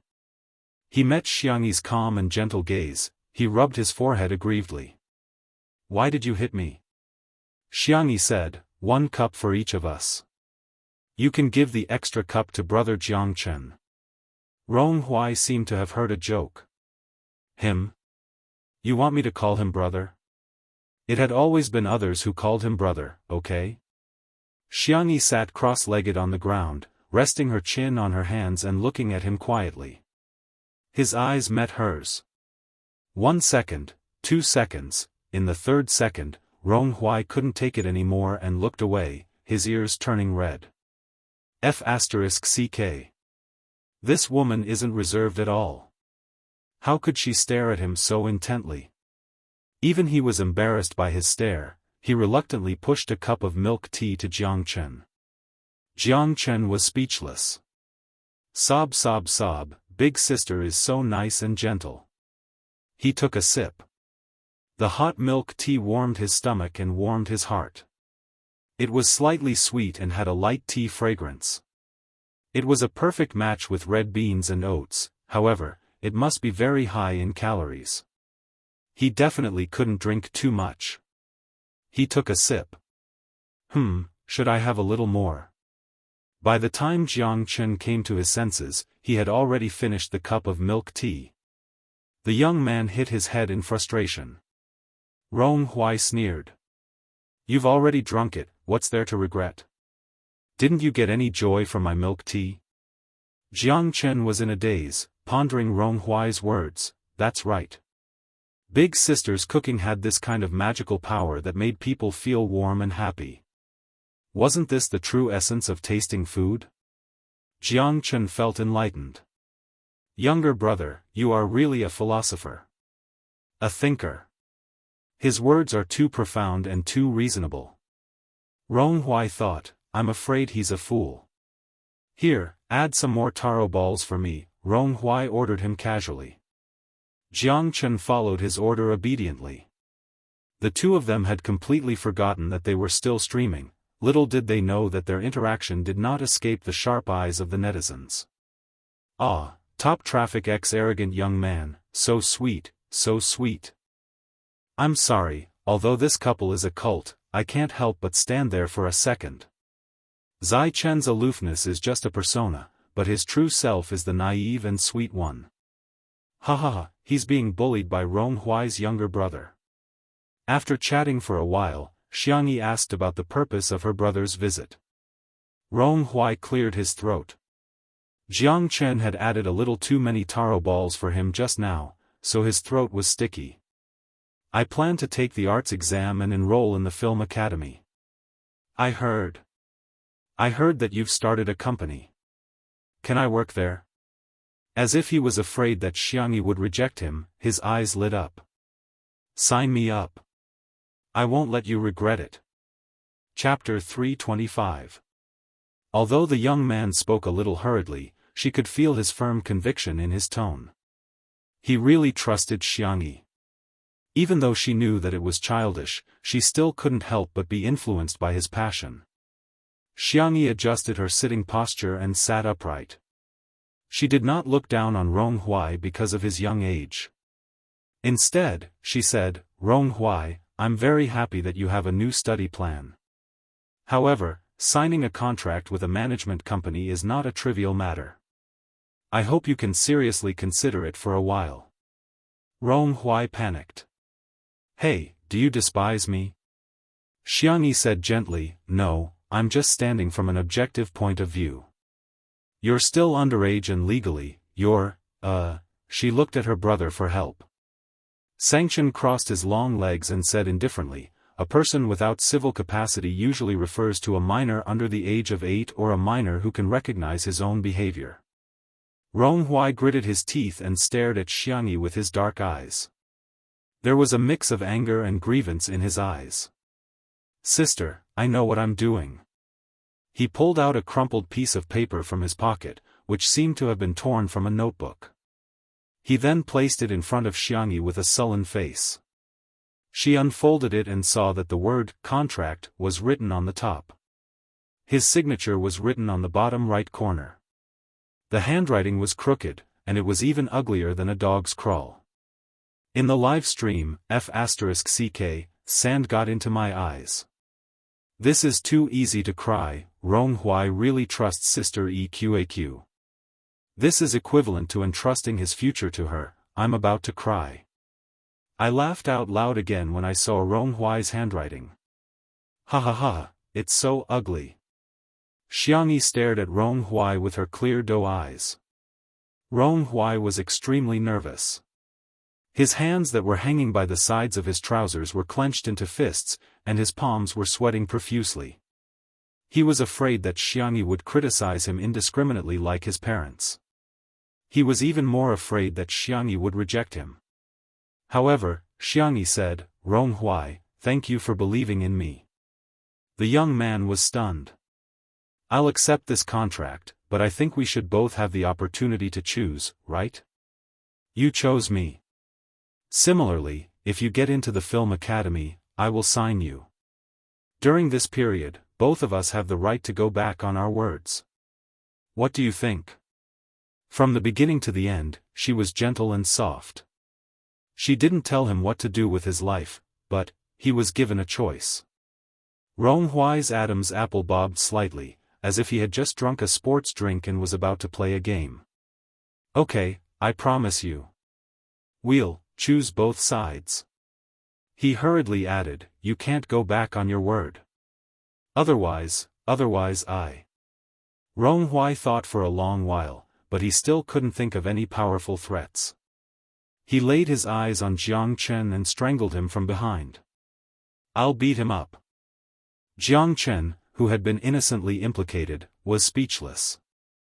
Xiangyi was amused by him. You're too shameless. The live stream was also filled with, ha ha ha.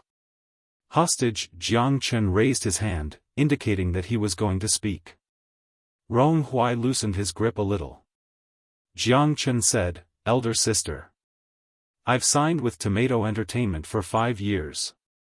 Do you want to sign with me for a few more years? Xianxia said, 5 years is nothing. Elder sister, my contract is very long. I've signed for 10 years. The other said. Elder sister, renew my contract. I'm cheaper. I can do it too, elder sister. Pick me, pick me. The netizens were speechless. What? Little brothers, is there anyone who would fight to sign a slave contract like you? Chapter 326. Xiangyi felt like laughing. These kids were really, she couldn't turn them down. There's no rush to renew the contract, but I promise to hire professionals to help you plan your career path. The C7 boys nodded repeatedly. Jiang Chen nudged Rong Huai with his shoulder, unable to hide his smugness. We're pretty much guaranteed jobs in sister's company. Keep it up, brother. If you can't get into the film academy, sister won't sign you. Rong Huai gritted his teeth. Are you asking for a beating? Xiangyi, kids, don't fight. Li Jianyu, Huawei, watch your words. Be careful not to get our live stream banned. Rong Huai. How infuriating, but he still had to pretend to be obedient in front of sister. The netizens in the live stream were filled with emotions. I've seen people fighting to terminate their contracts, but I've never seen people fighting to renew their contracts. They were obviously tricked into signing the contract by the company, but now they're bragging about it. The boys are so cute and pitiful. I'm tearing up. I've always felt bad for the boys signing with this unscrupulous company, but now I see a glimmer of hope. I hope Xianxia doesn't let them down. Someone else got the main point. Ha ha ha, look at Shui's expression, isn't it a little subtle? Countless eyes were focused on Shui's face on the screen. The man leaned lazily on the sofa, his gold-rimmed glasses resting on the bridge of his nose. His eyebrows were lowered, and his long eyelashes cast a faint shadow on his fair skin. Xianxia inexplicably felt a chill on the back of her neck. She turned around and met Shui's gaze. She was puzzled. Huh? Shui said faintly, does Sister Yi hate me? Xianxia was dumbfounded. No, then why didn't you sign me, you? Sister Yi, do you think I'm too expensive? Then I can make it cheaper. Shui's voice was deep, and after deliberately lowering it, it sounded a little hoarse. Or does Sister Yi think I can't work for you if you sign me? His tone was weak, helpless, and pitiful. Those who heard it were heartbroken and those who heard it shed tears. The girl was at a loss. That's not what I meant. I thought you were joking. After all, Shui was signed by his uncle's company. Moreover, his uncle was very kind to him and opened a personal studio for him. The basic work was up to his mood. In other words, Shui was now no different from a free man. Why would a normal person be willing to sign with another company and put shackles on themselves? It was illogical. The netizens in the live stream were shocked. F***CK. Was I hallucinating? Shuringdi is actually begging to work? Si Chuanbai, great manager Si, do you know that your artist is lovesick? Domineering female CEO X best actor of the entertainment industry. Sisters, I can do it again. It's fine if the younger brothers are fighting to sign the contract, but Shuringdi, he's basically selling his looks, his skills, and his body. Shui pushed up his glasses and looked at Xianxia with his deep eyes. He sounded a little aggrieved. I'm not joking with you. Xiang Feng said weakly, Shui, I'm your boss. Hey, did you hear me? I'm your boss. Xianxia said in a daze, then, sign it. Anyway, one more person wouldn't make much of a difference. Xiang Feng's world collapsed. Little Xianxia, he jumped ship in front of me, and you're trying to poach him in front of me. Do you still have any respect for me? Chapter 327. Shui crossed her arms. Are you a black-hearted boss? Xiang Feng subconsciously denied, of course not. Then what's the problem with employees moving freely? Shui looked at Xianxia and blinked. Or is it that the law forbids employees from jumping ship? Xianxia, although he hated this dog of a man, he still owed him a favor just now. Xianxia said expressionlessly, there's no such rule in the labor law. Shui shrugged and spread her hands. So what's wrong with me jumping ship to Sister Yi's company? Xiang Feng was confused and his eyes were in a trance. The netizens in the live stream, ha ha ha, there's nothing wrong with that. Keep the goodies within the family, we're all family. Dog head, family is a wonderful description. Is it Xianxia and Xiang Feng's family, or is it Shui and Xiangxi's family? He. Ahaha, why can you send a voice message? I can hear your demonic laughter just by looking at the text. Until the end of the live stream, countless netizens were still discussing it with relish. There were also many posts on the Melon forum, and some netizens had taken a screenshot of Xiangxi's photo and photoshopped it with a peach blossom pattern. Title of the post, Let's all freeload off Xiang Yi's luck with the opposite sex. Text of the post, First of all, I was a fan of Sister Yi's looks when I first watched the live stream, but now I'm a genuine fan of hers. Haha, after some statistics, Sister Yi is really attractive, not derogatory. First, it was the cute little brother Yan Nai, then the boys from Mingxi Boys High School. I strongly pick Rong Huai. The high school boys are so cute. Go! There were also Jiang Chen's children from C7, as well as Shuringdi, who was almost 30 years old. In terms of looks, Sister Yi is a great beauty, but the wonderful thing is that her eyebrows are youthful, round, and not aggressive. Simply put, she has the kind of looks that are popular with elders. Both boys and girls will feel comfortable looking at her. Of course, Sister Yi's personality is also very good. Her gentle womanly charm both men and women. However, I think the most important point is that Sister Yi is the reincarnation of a peach blossom spirit. That's why she has such good luck with the opposite sex. I'll post it when I find a boyfriend. Because the post was so silly, it was soon pushed. What the hell? Superstition? Upstairs, what do you know? This is called seeking spiritual sustenance from theology. I'm peach blossom spirit. You're a fake fan. Peach blossom deity was more like it. The peach blossoms were bright and dazzling.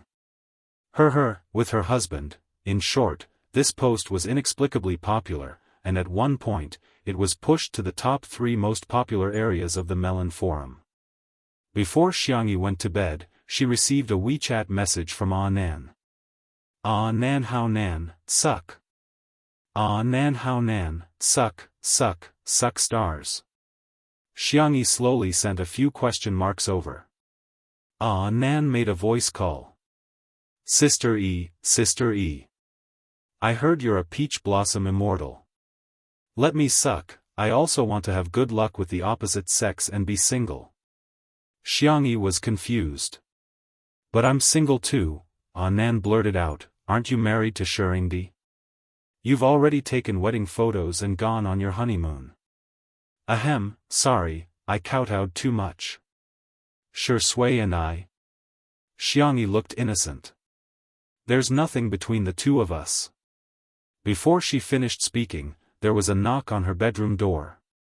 A gentle but seductive voice slowly sounded. Sister E, are you asleep? Chapter 328. On the other end of the screen, Ah Nan. He was suddenly excited. He lowered his voice and covered his mouth as he laughed. Oh, it's really nothing for me to come looking for you in the middle of the night, Xiangyi. It's not what you think. Okay, no need to say anything, I understand. Ah Nan gestured. Darling, don't worry, I'll support you no matter what you do. Do your best and defile Shuringdi. Okay. Slap. The call ended. Xiangyi, #what should I do if my manager is too silly? She tidied up her nightgown and draped a small blanket over her shoulders before walking towards the door in her slippers. As soon as she opened the door, she was greeted with a beauty attack.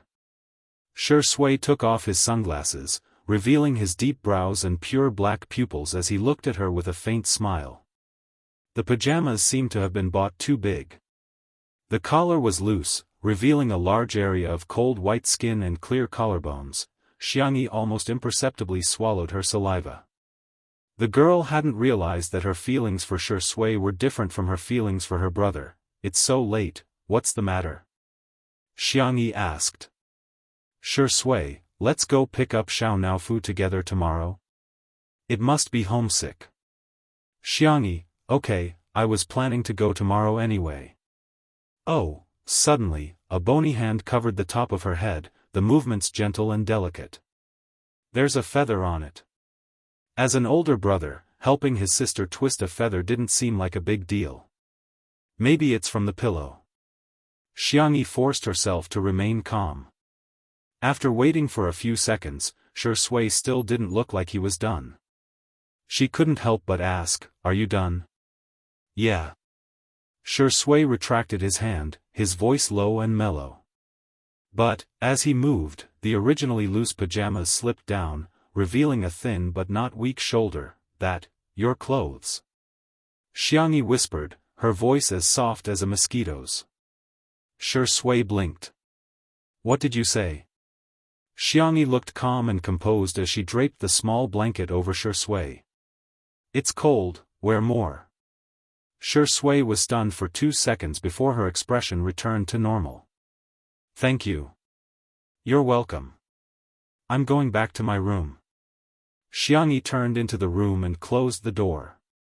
She leaned against the door and patted her chest.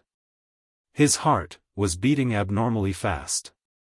Outside the door, Shui lowered her long eyelashes and stood in place for a while. Then she chuckled softly. Not far from the French window, Xianxia, who was dressed in black silk pajamas, seemed to be one with the darkness. He gripped the cup tightly, as if he was a cedar covered in icicles on a distant mountain. I think you don't want your leg anymore. He didn't specify which leg he was referring to. Shui slowly walked a few steps in front of him. She wrapped the small blanket tightly around herself as if she was showing off. The fragrance of her hair still lingered on it. Are you angry again? Brother-in-law, Xianxia! The man's eyes were cold, and his tone was cold. What did you call me? Shui looked at him innocently. Brother-in-law, can you break my leg the day after tomorrow?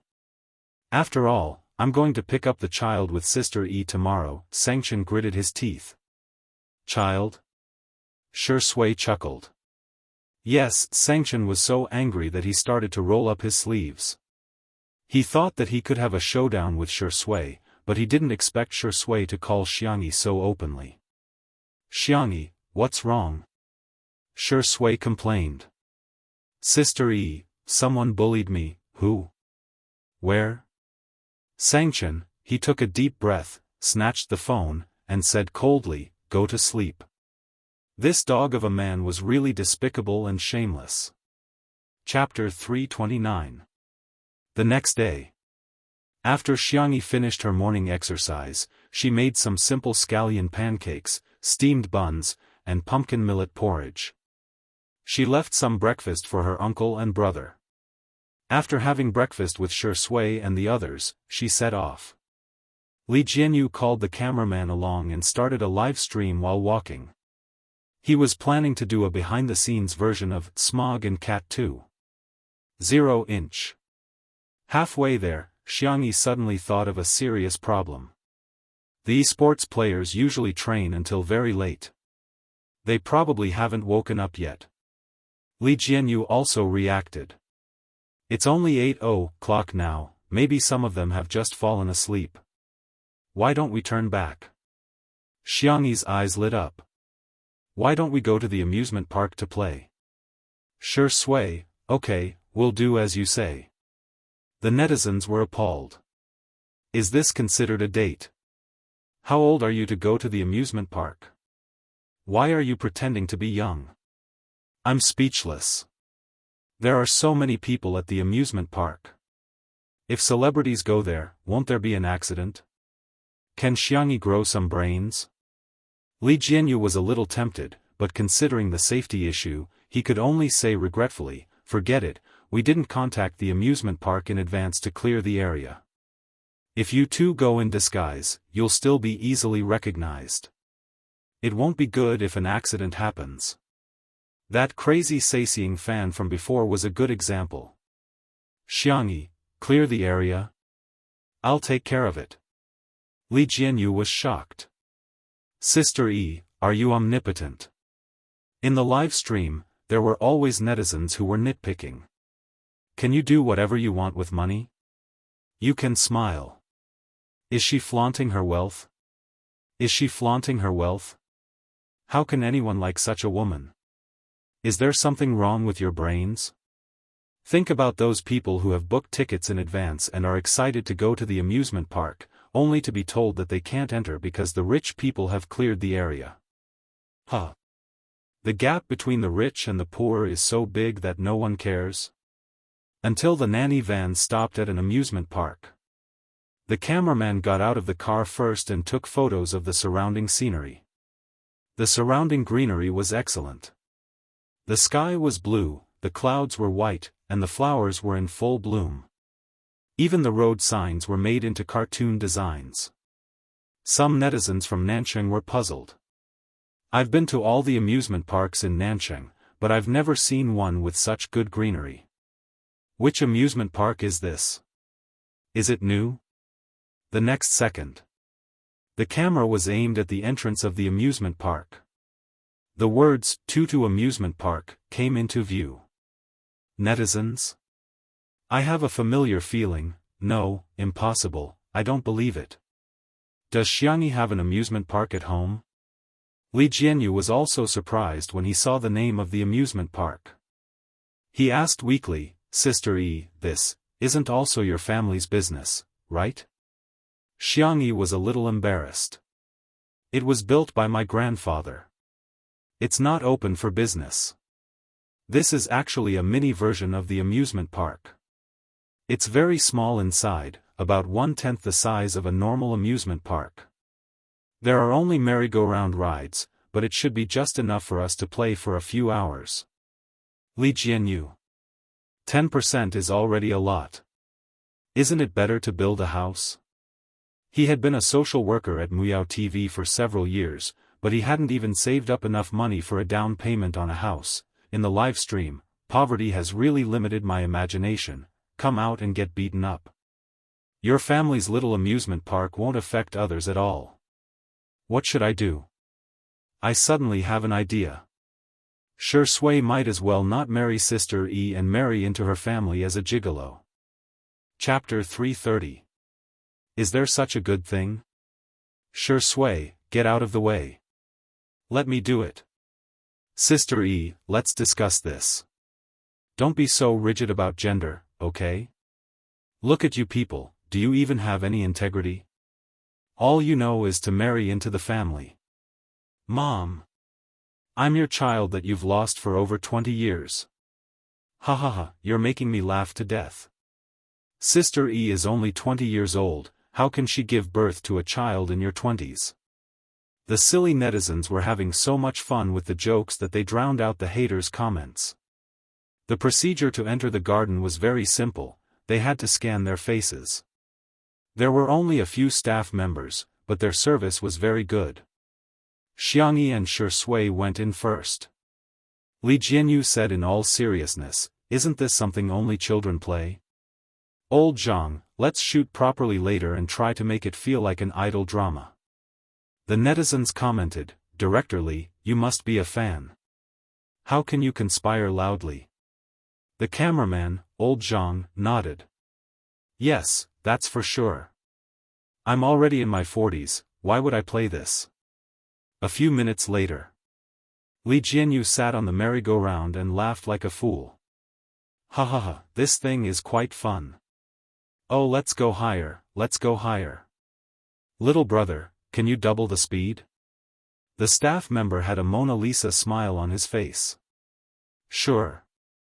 Li Jianyu said, "Old Zhang, come on. Hurry up and come with me. A merry-go-round that's twice the speed is one of a lifetime. If you miss it, you'll have to wait until your next life." Old Zhang was tempted. "Then, I'll play 2 rounds with you."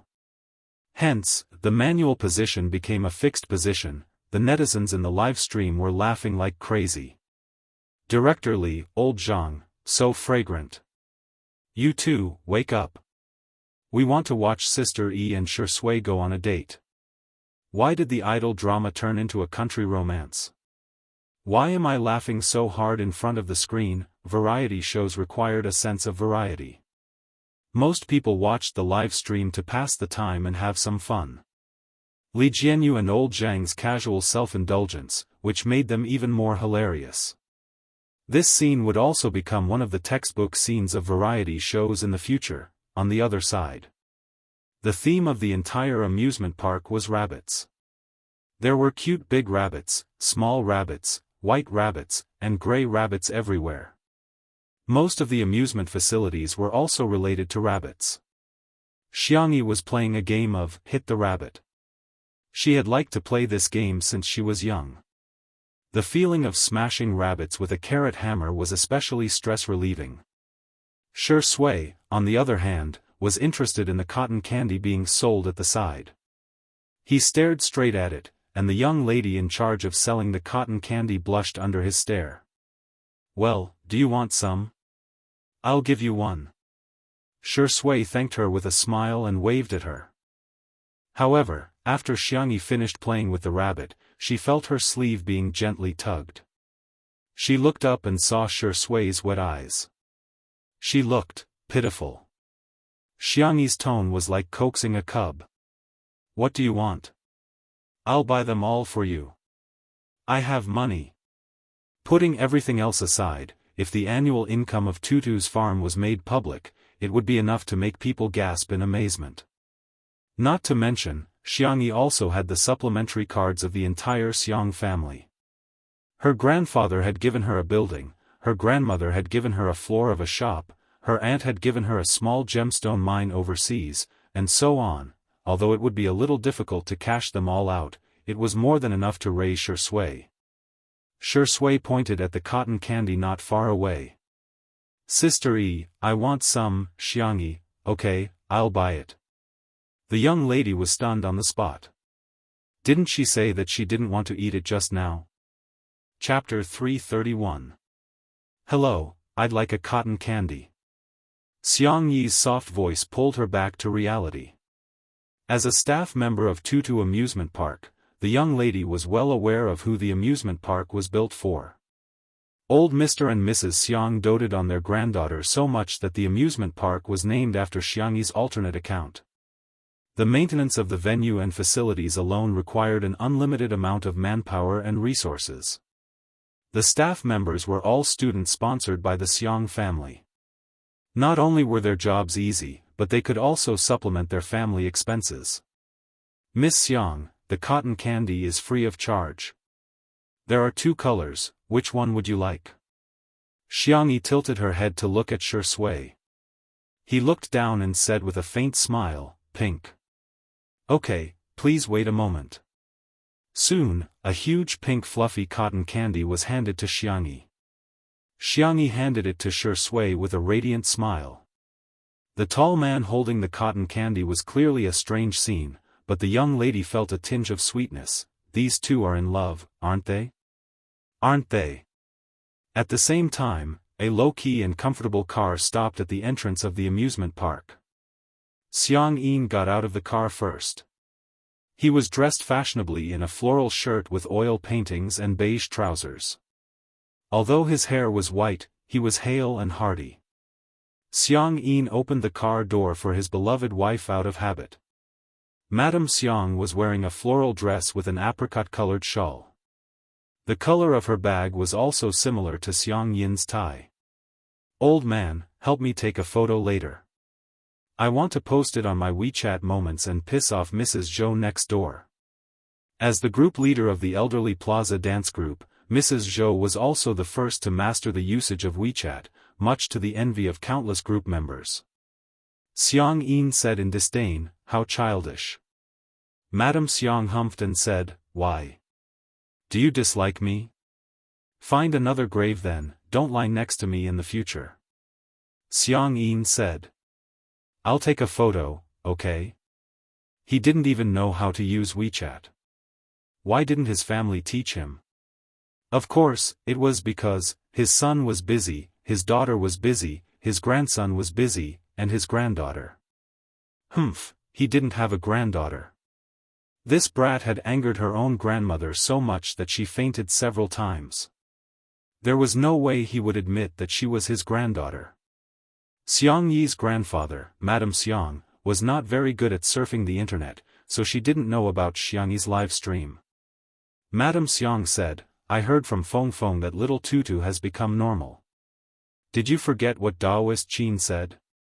She was possessed by an evil spirit." Nonsense. Although Xiang Yin's grandfather was a traditional Chinese medicine practitioner who believed in the theory of yin and yang and the 5 elements to treat illnesses, he firmly refused to believe in ghosts and gods. "Why are you mentioning her? You're affecting my mood." Let me tell you, old woman, Xiang Yin will never acknowledge her as my granddaughter. Madame Xiang sighed. When she thought of how Xiangyi had done all kinds of evil deeds in the past year, she felt really suffocated. At first, she brought Xiangyi back to the Xiang family's old mansion to recuperate, but she ended up causing a huge ruckus in the old mansion. The worst time was when she angered Xiang Yin so much that he was sent to the hospital and almost sent to the intensive care unit. Over time, no matter how passionate the two old men were, they became disheartened. Later on, Xianxia made the decision to send her away, but Xiangyi didn't take the initiative to contact them. Gradually, there was no news from her. To their surprise, when they entered the garden, the staff said respectfully, "Old master, Miss Xiang has brought her friends here to play." Xiang Yin frowned and asked, "How many people? Are they men or women?" The staff answered, 3 men." Xiang Yin's beard flared up and he hollered, "This brat." Chapter 332. She's getting more and more outrageous.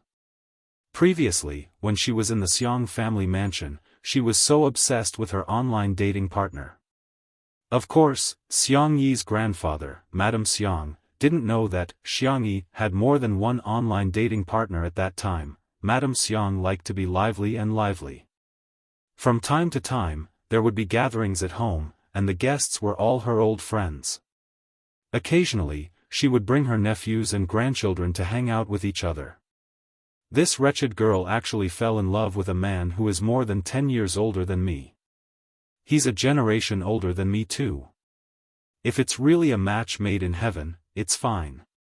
The Xiang family doesn't value seniority that much anyway. However, he's a notorious playboy. Xiangyi insisted on marrying him and threw a tantrum for a long time before she stopped.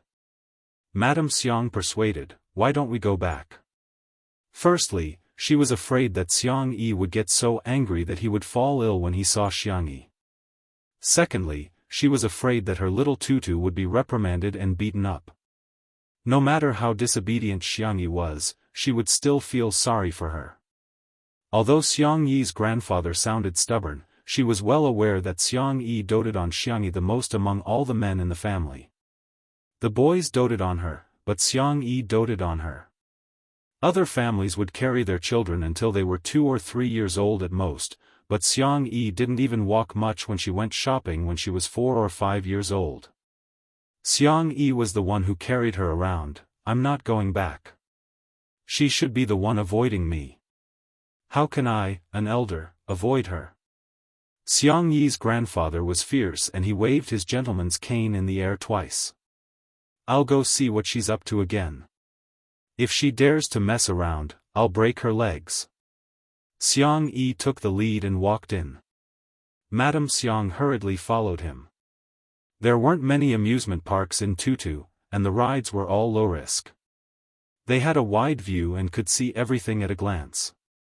As soon as Xiang Yi's grandfather, Madame Xiang, entered, she saw Li Jianyu and old Zhang, who were still on the merry-go-round, were having a great time.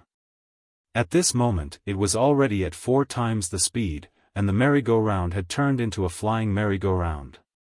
Although Xiang Yin was old, he still had a sharp sense of hearing and sight. However, it took him some effort to see the faces of the two people clearly. Xiang Yin hollered, "This wretched lass has such poor taste. Not at all like him." Madame Xiang took out her reading glasses and gracefully put them on. After looking at them for a while, she sighed in melancholy. How could this be? Each one was uglier than the other. And each one was older than the other.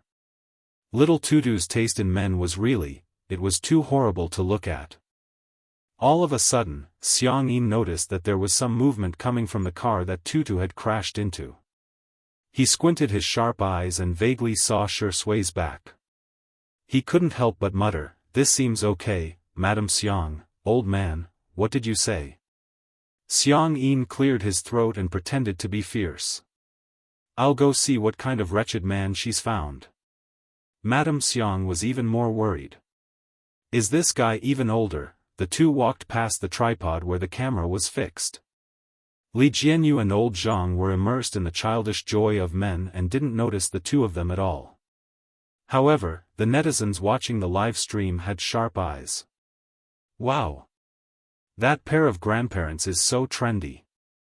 Ooh, Grandpa's tie and Grandma's bag are of the same color. Wait, didn't Sister E say that this amusement park is not open to the public? Could it be that they are her elders? Huh? Doesn't that mean our Shui is going to meet her parents? Chapter 333. On the other side, Xianxia was happily playing with Shui. There were two long bunny ears on the front of the bumper car, which would droop down like a lop-eared rabbit when they collided with each other. Xianxia rarely went to the amusement park after junior high school. The reason was simple.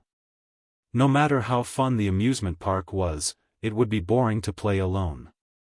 After her parents got into an accident, she couldn't get over it for a long time and studied at home in elementary school. After junior high school, she kept skipping grades and was busy with her studies. Hence, she didn't have much time to socialize. The few friends whom she was close to had completely cut off contact with them because of that person in the past year. She felt that Shui was really kind and mature. Yet, she was willing to play such a childish game with her. She skillfully turned the steering wheel and locked onto Shui's position before accelerating towards Tutu's car. Halfway through, an old man appeared out of nowhere. Xianxia hurriedly stepped on the brakes, but due to inertia, she hit her head against the steering wheel. When she looked up, there was a red patch on her fair forehead. It was painful to look at. Xianxia couldn't help but frown. Xiangyi's eyes lit up when she saw him. Grandpa. Xianxia immediately said, "Don't call me Grandpa. I'm not your grandpa. I don't have a granddaughter like you."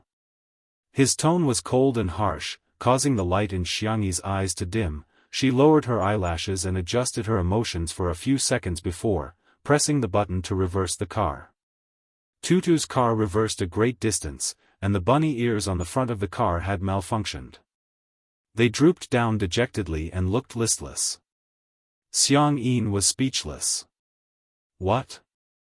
I told you not to call me Grandpa and you're really not going to do it? You're finally obedient. Xianxia didn't expect that he would get angry when Xianxia was disobedient. Now that she was obedient, he got even angrier. Madame Xiang was a few steps slower.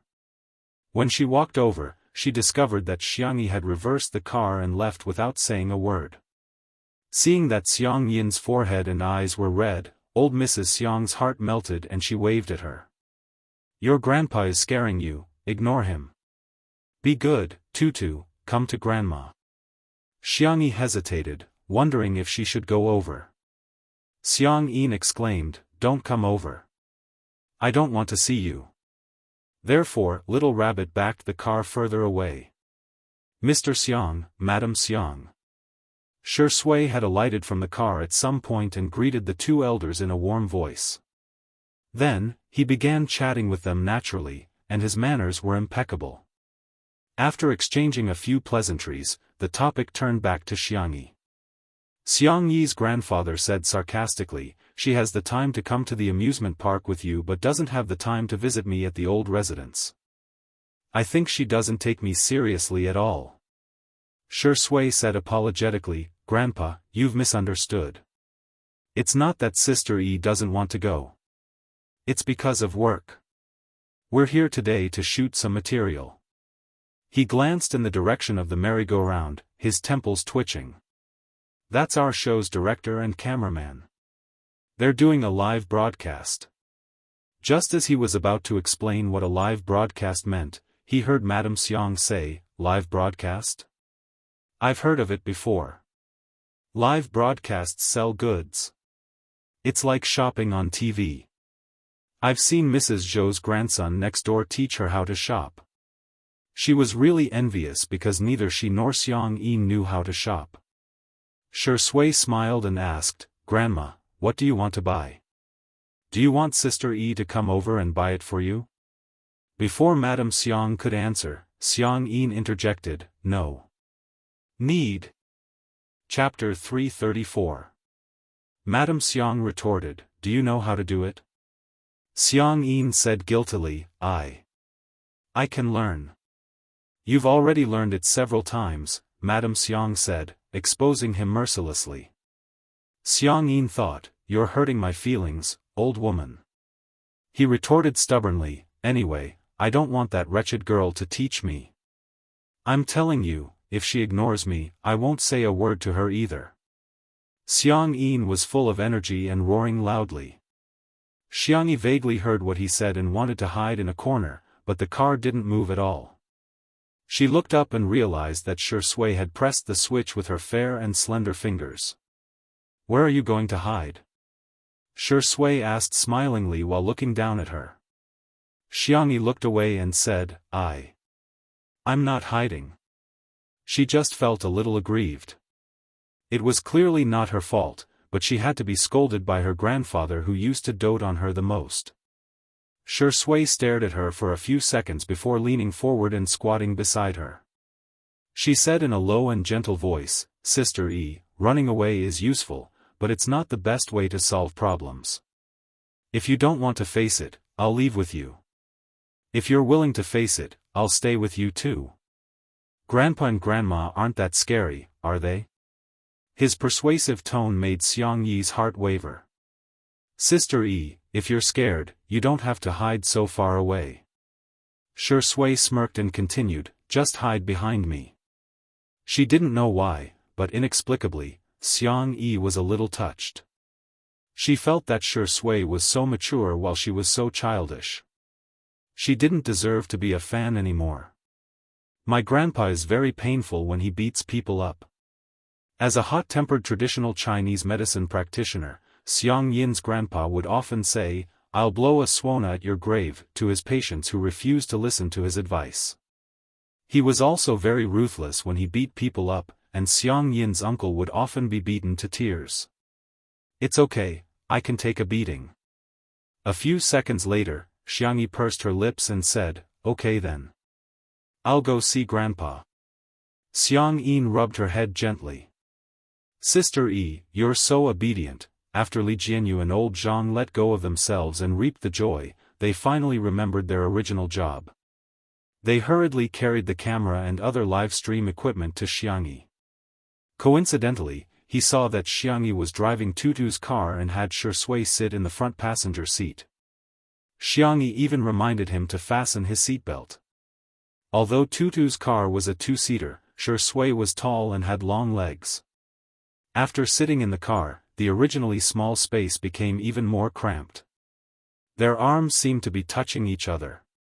The netizens in the live stream, "Ha ha ha, fastening the seatbelt is so cute, there are thousands of paths, but safety comes first.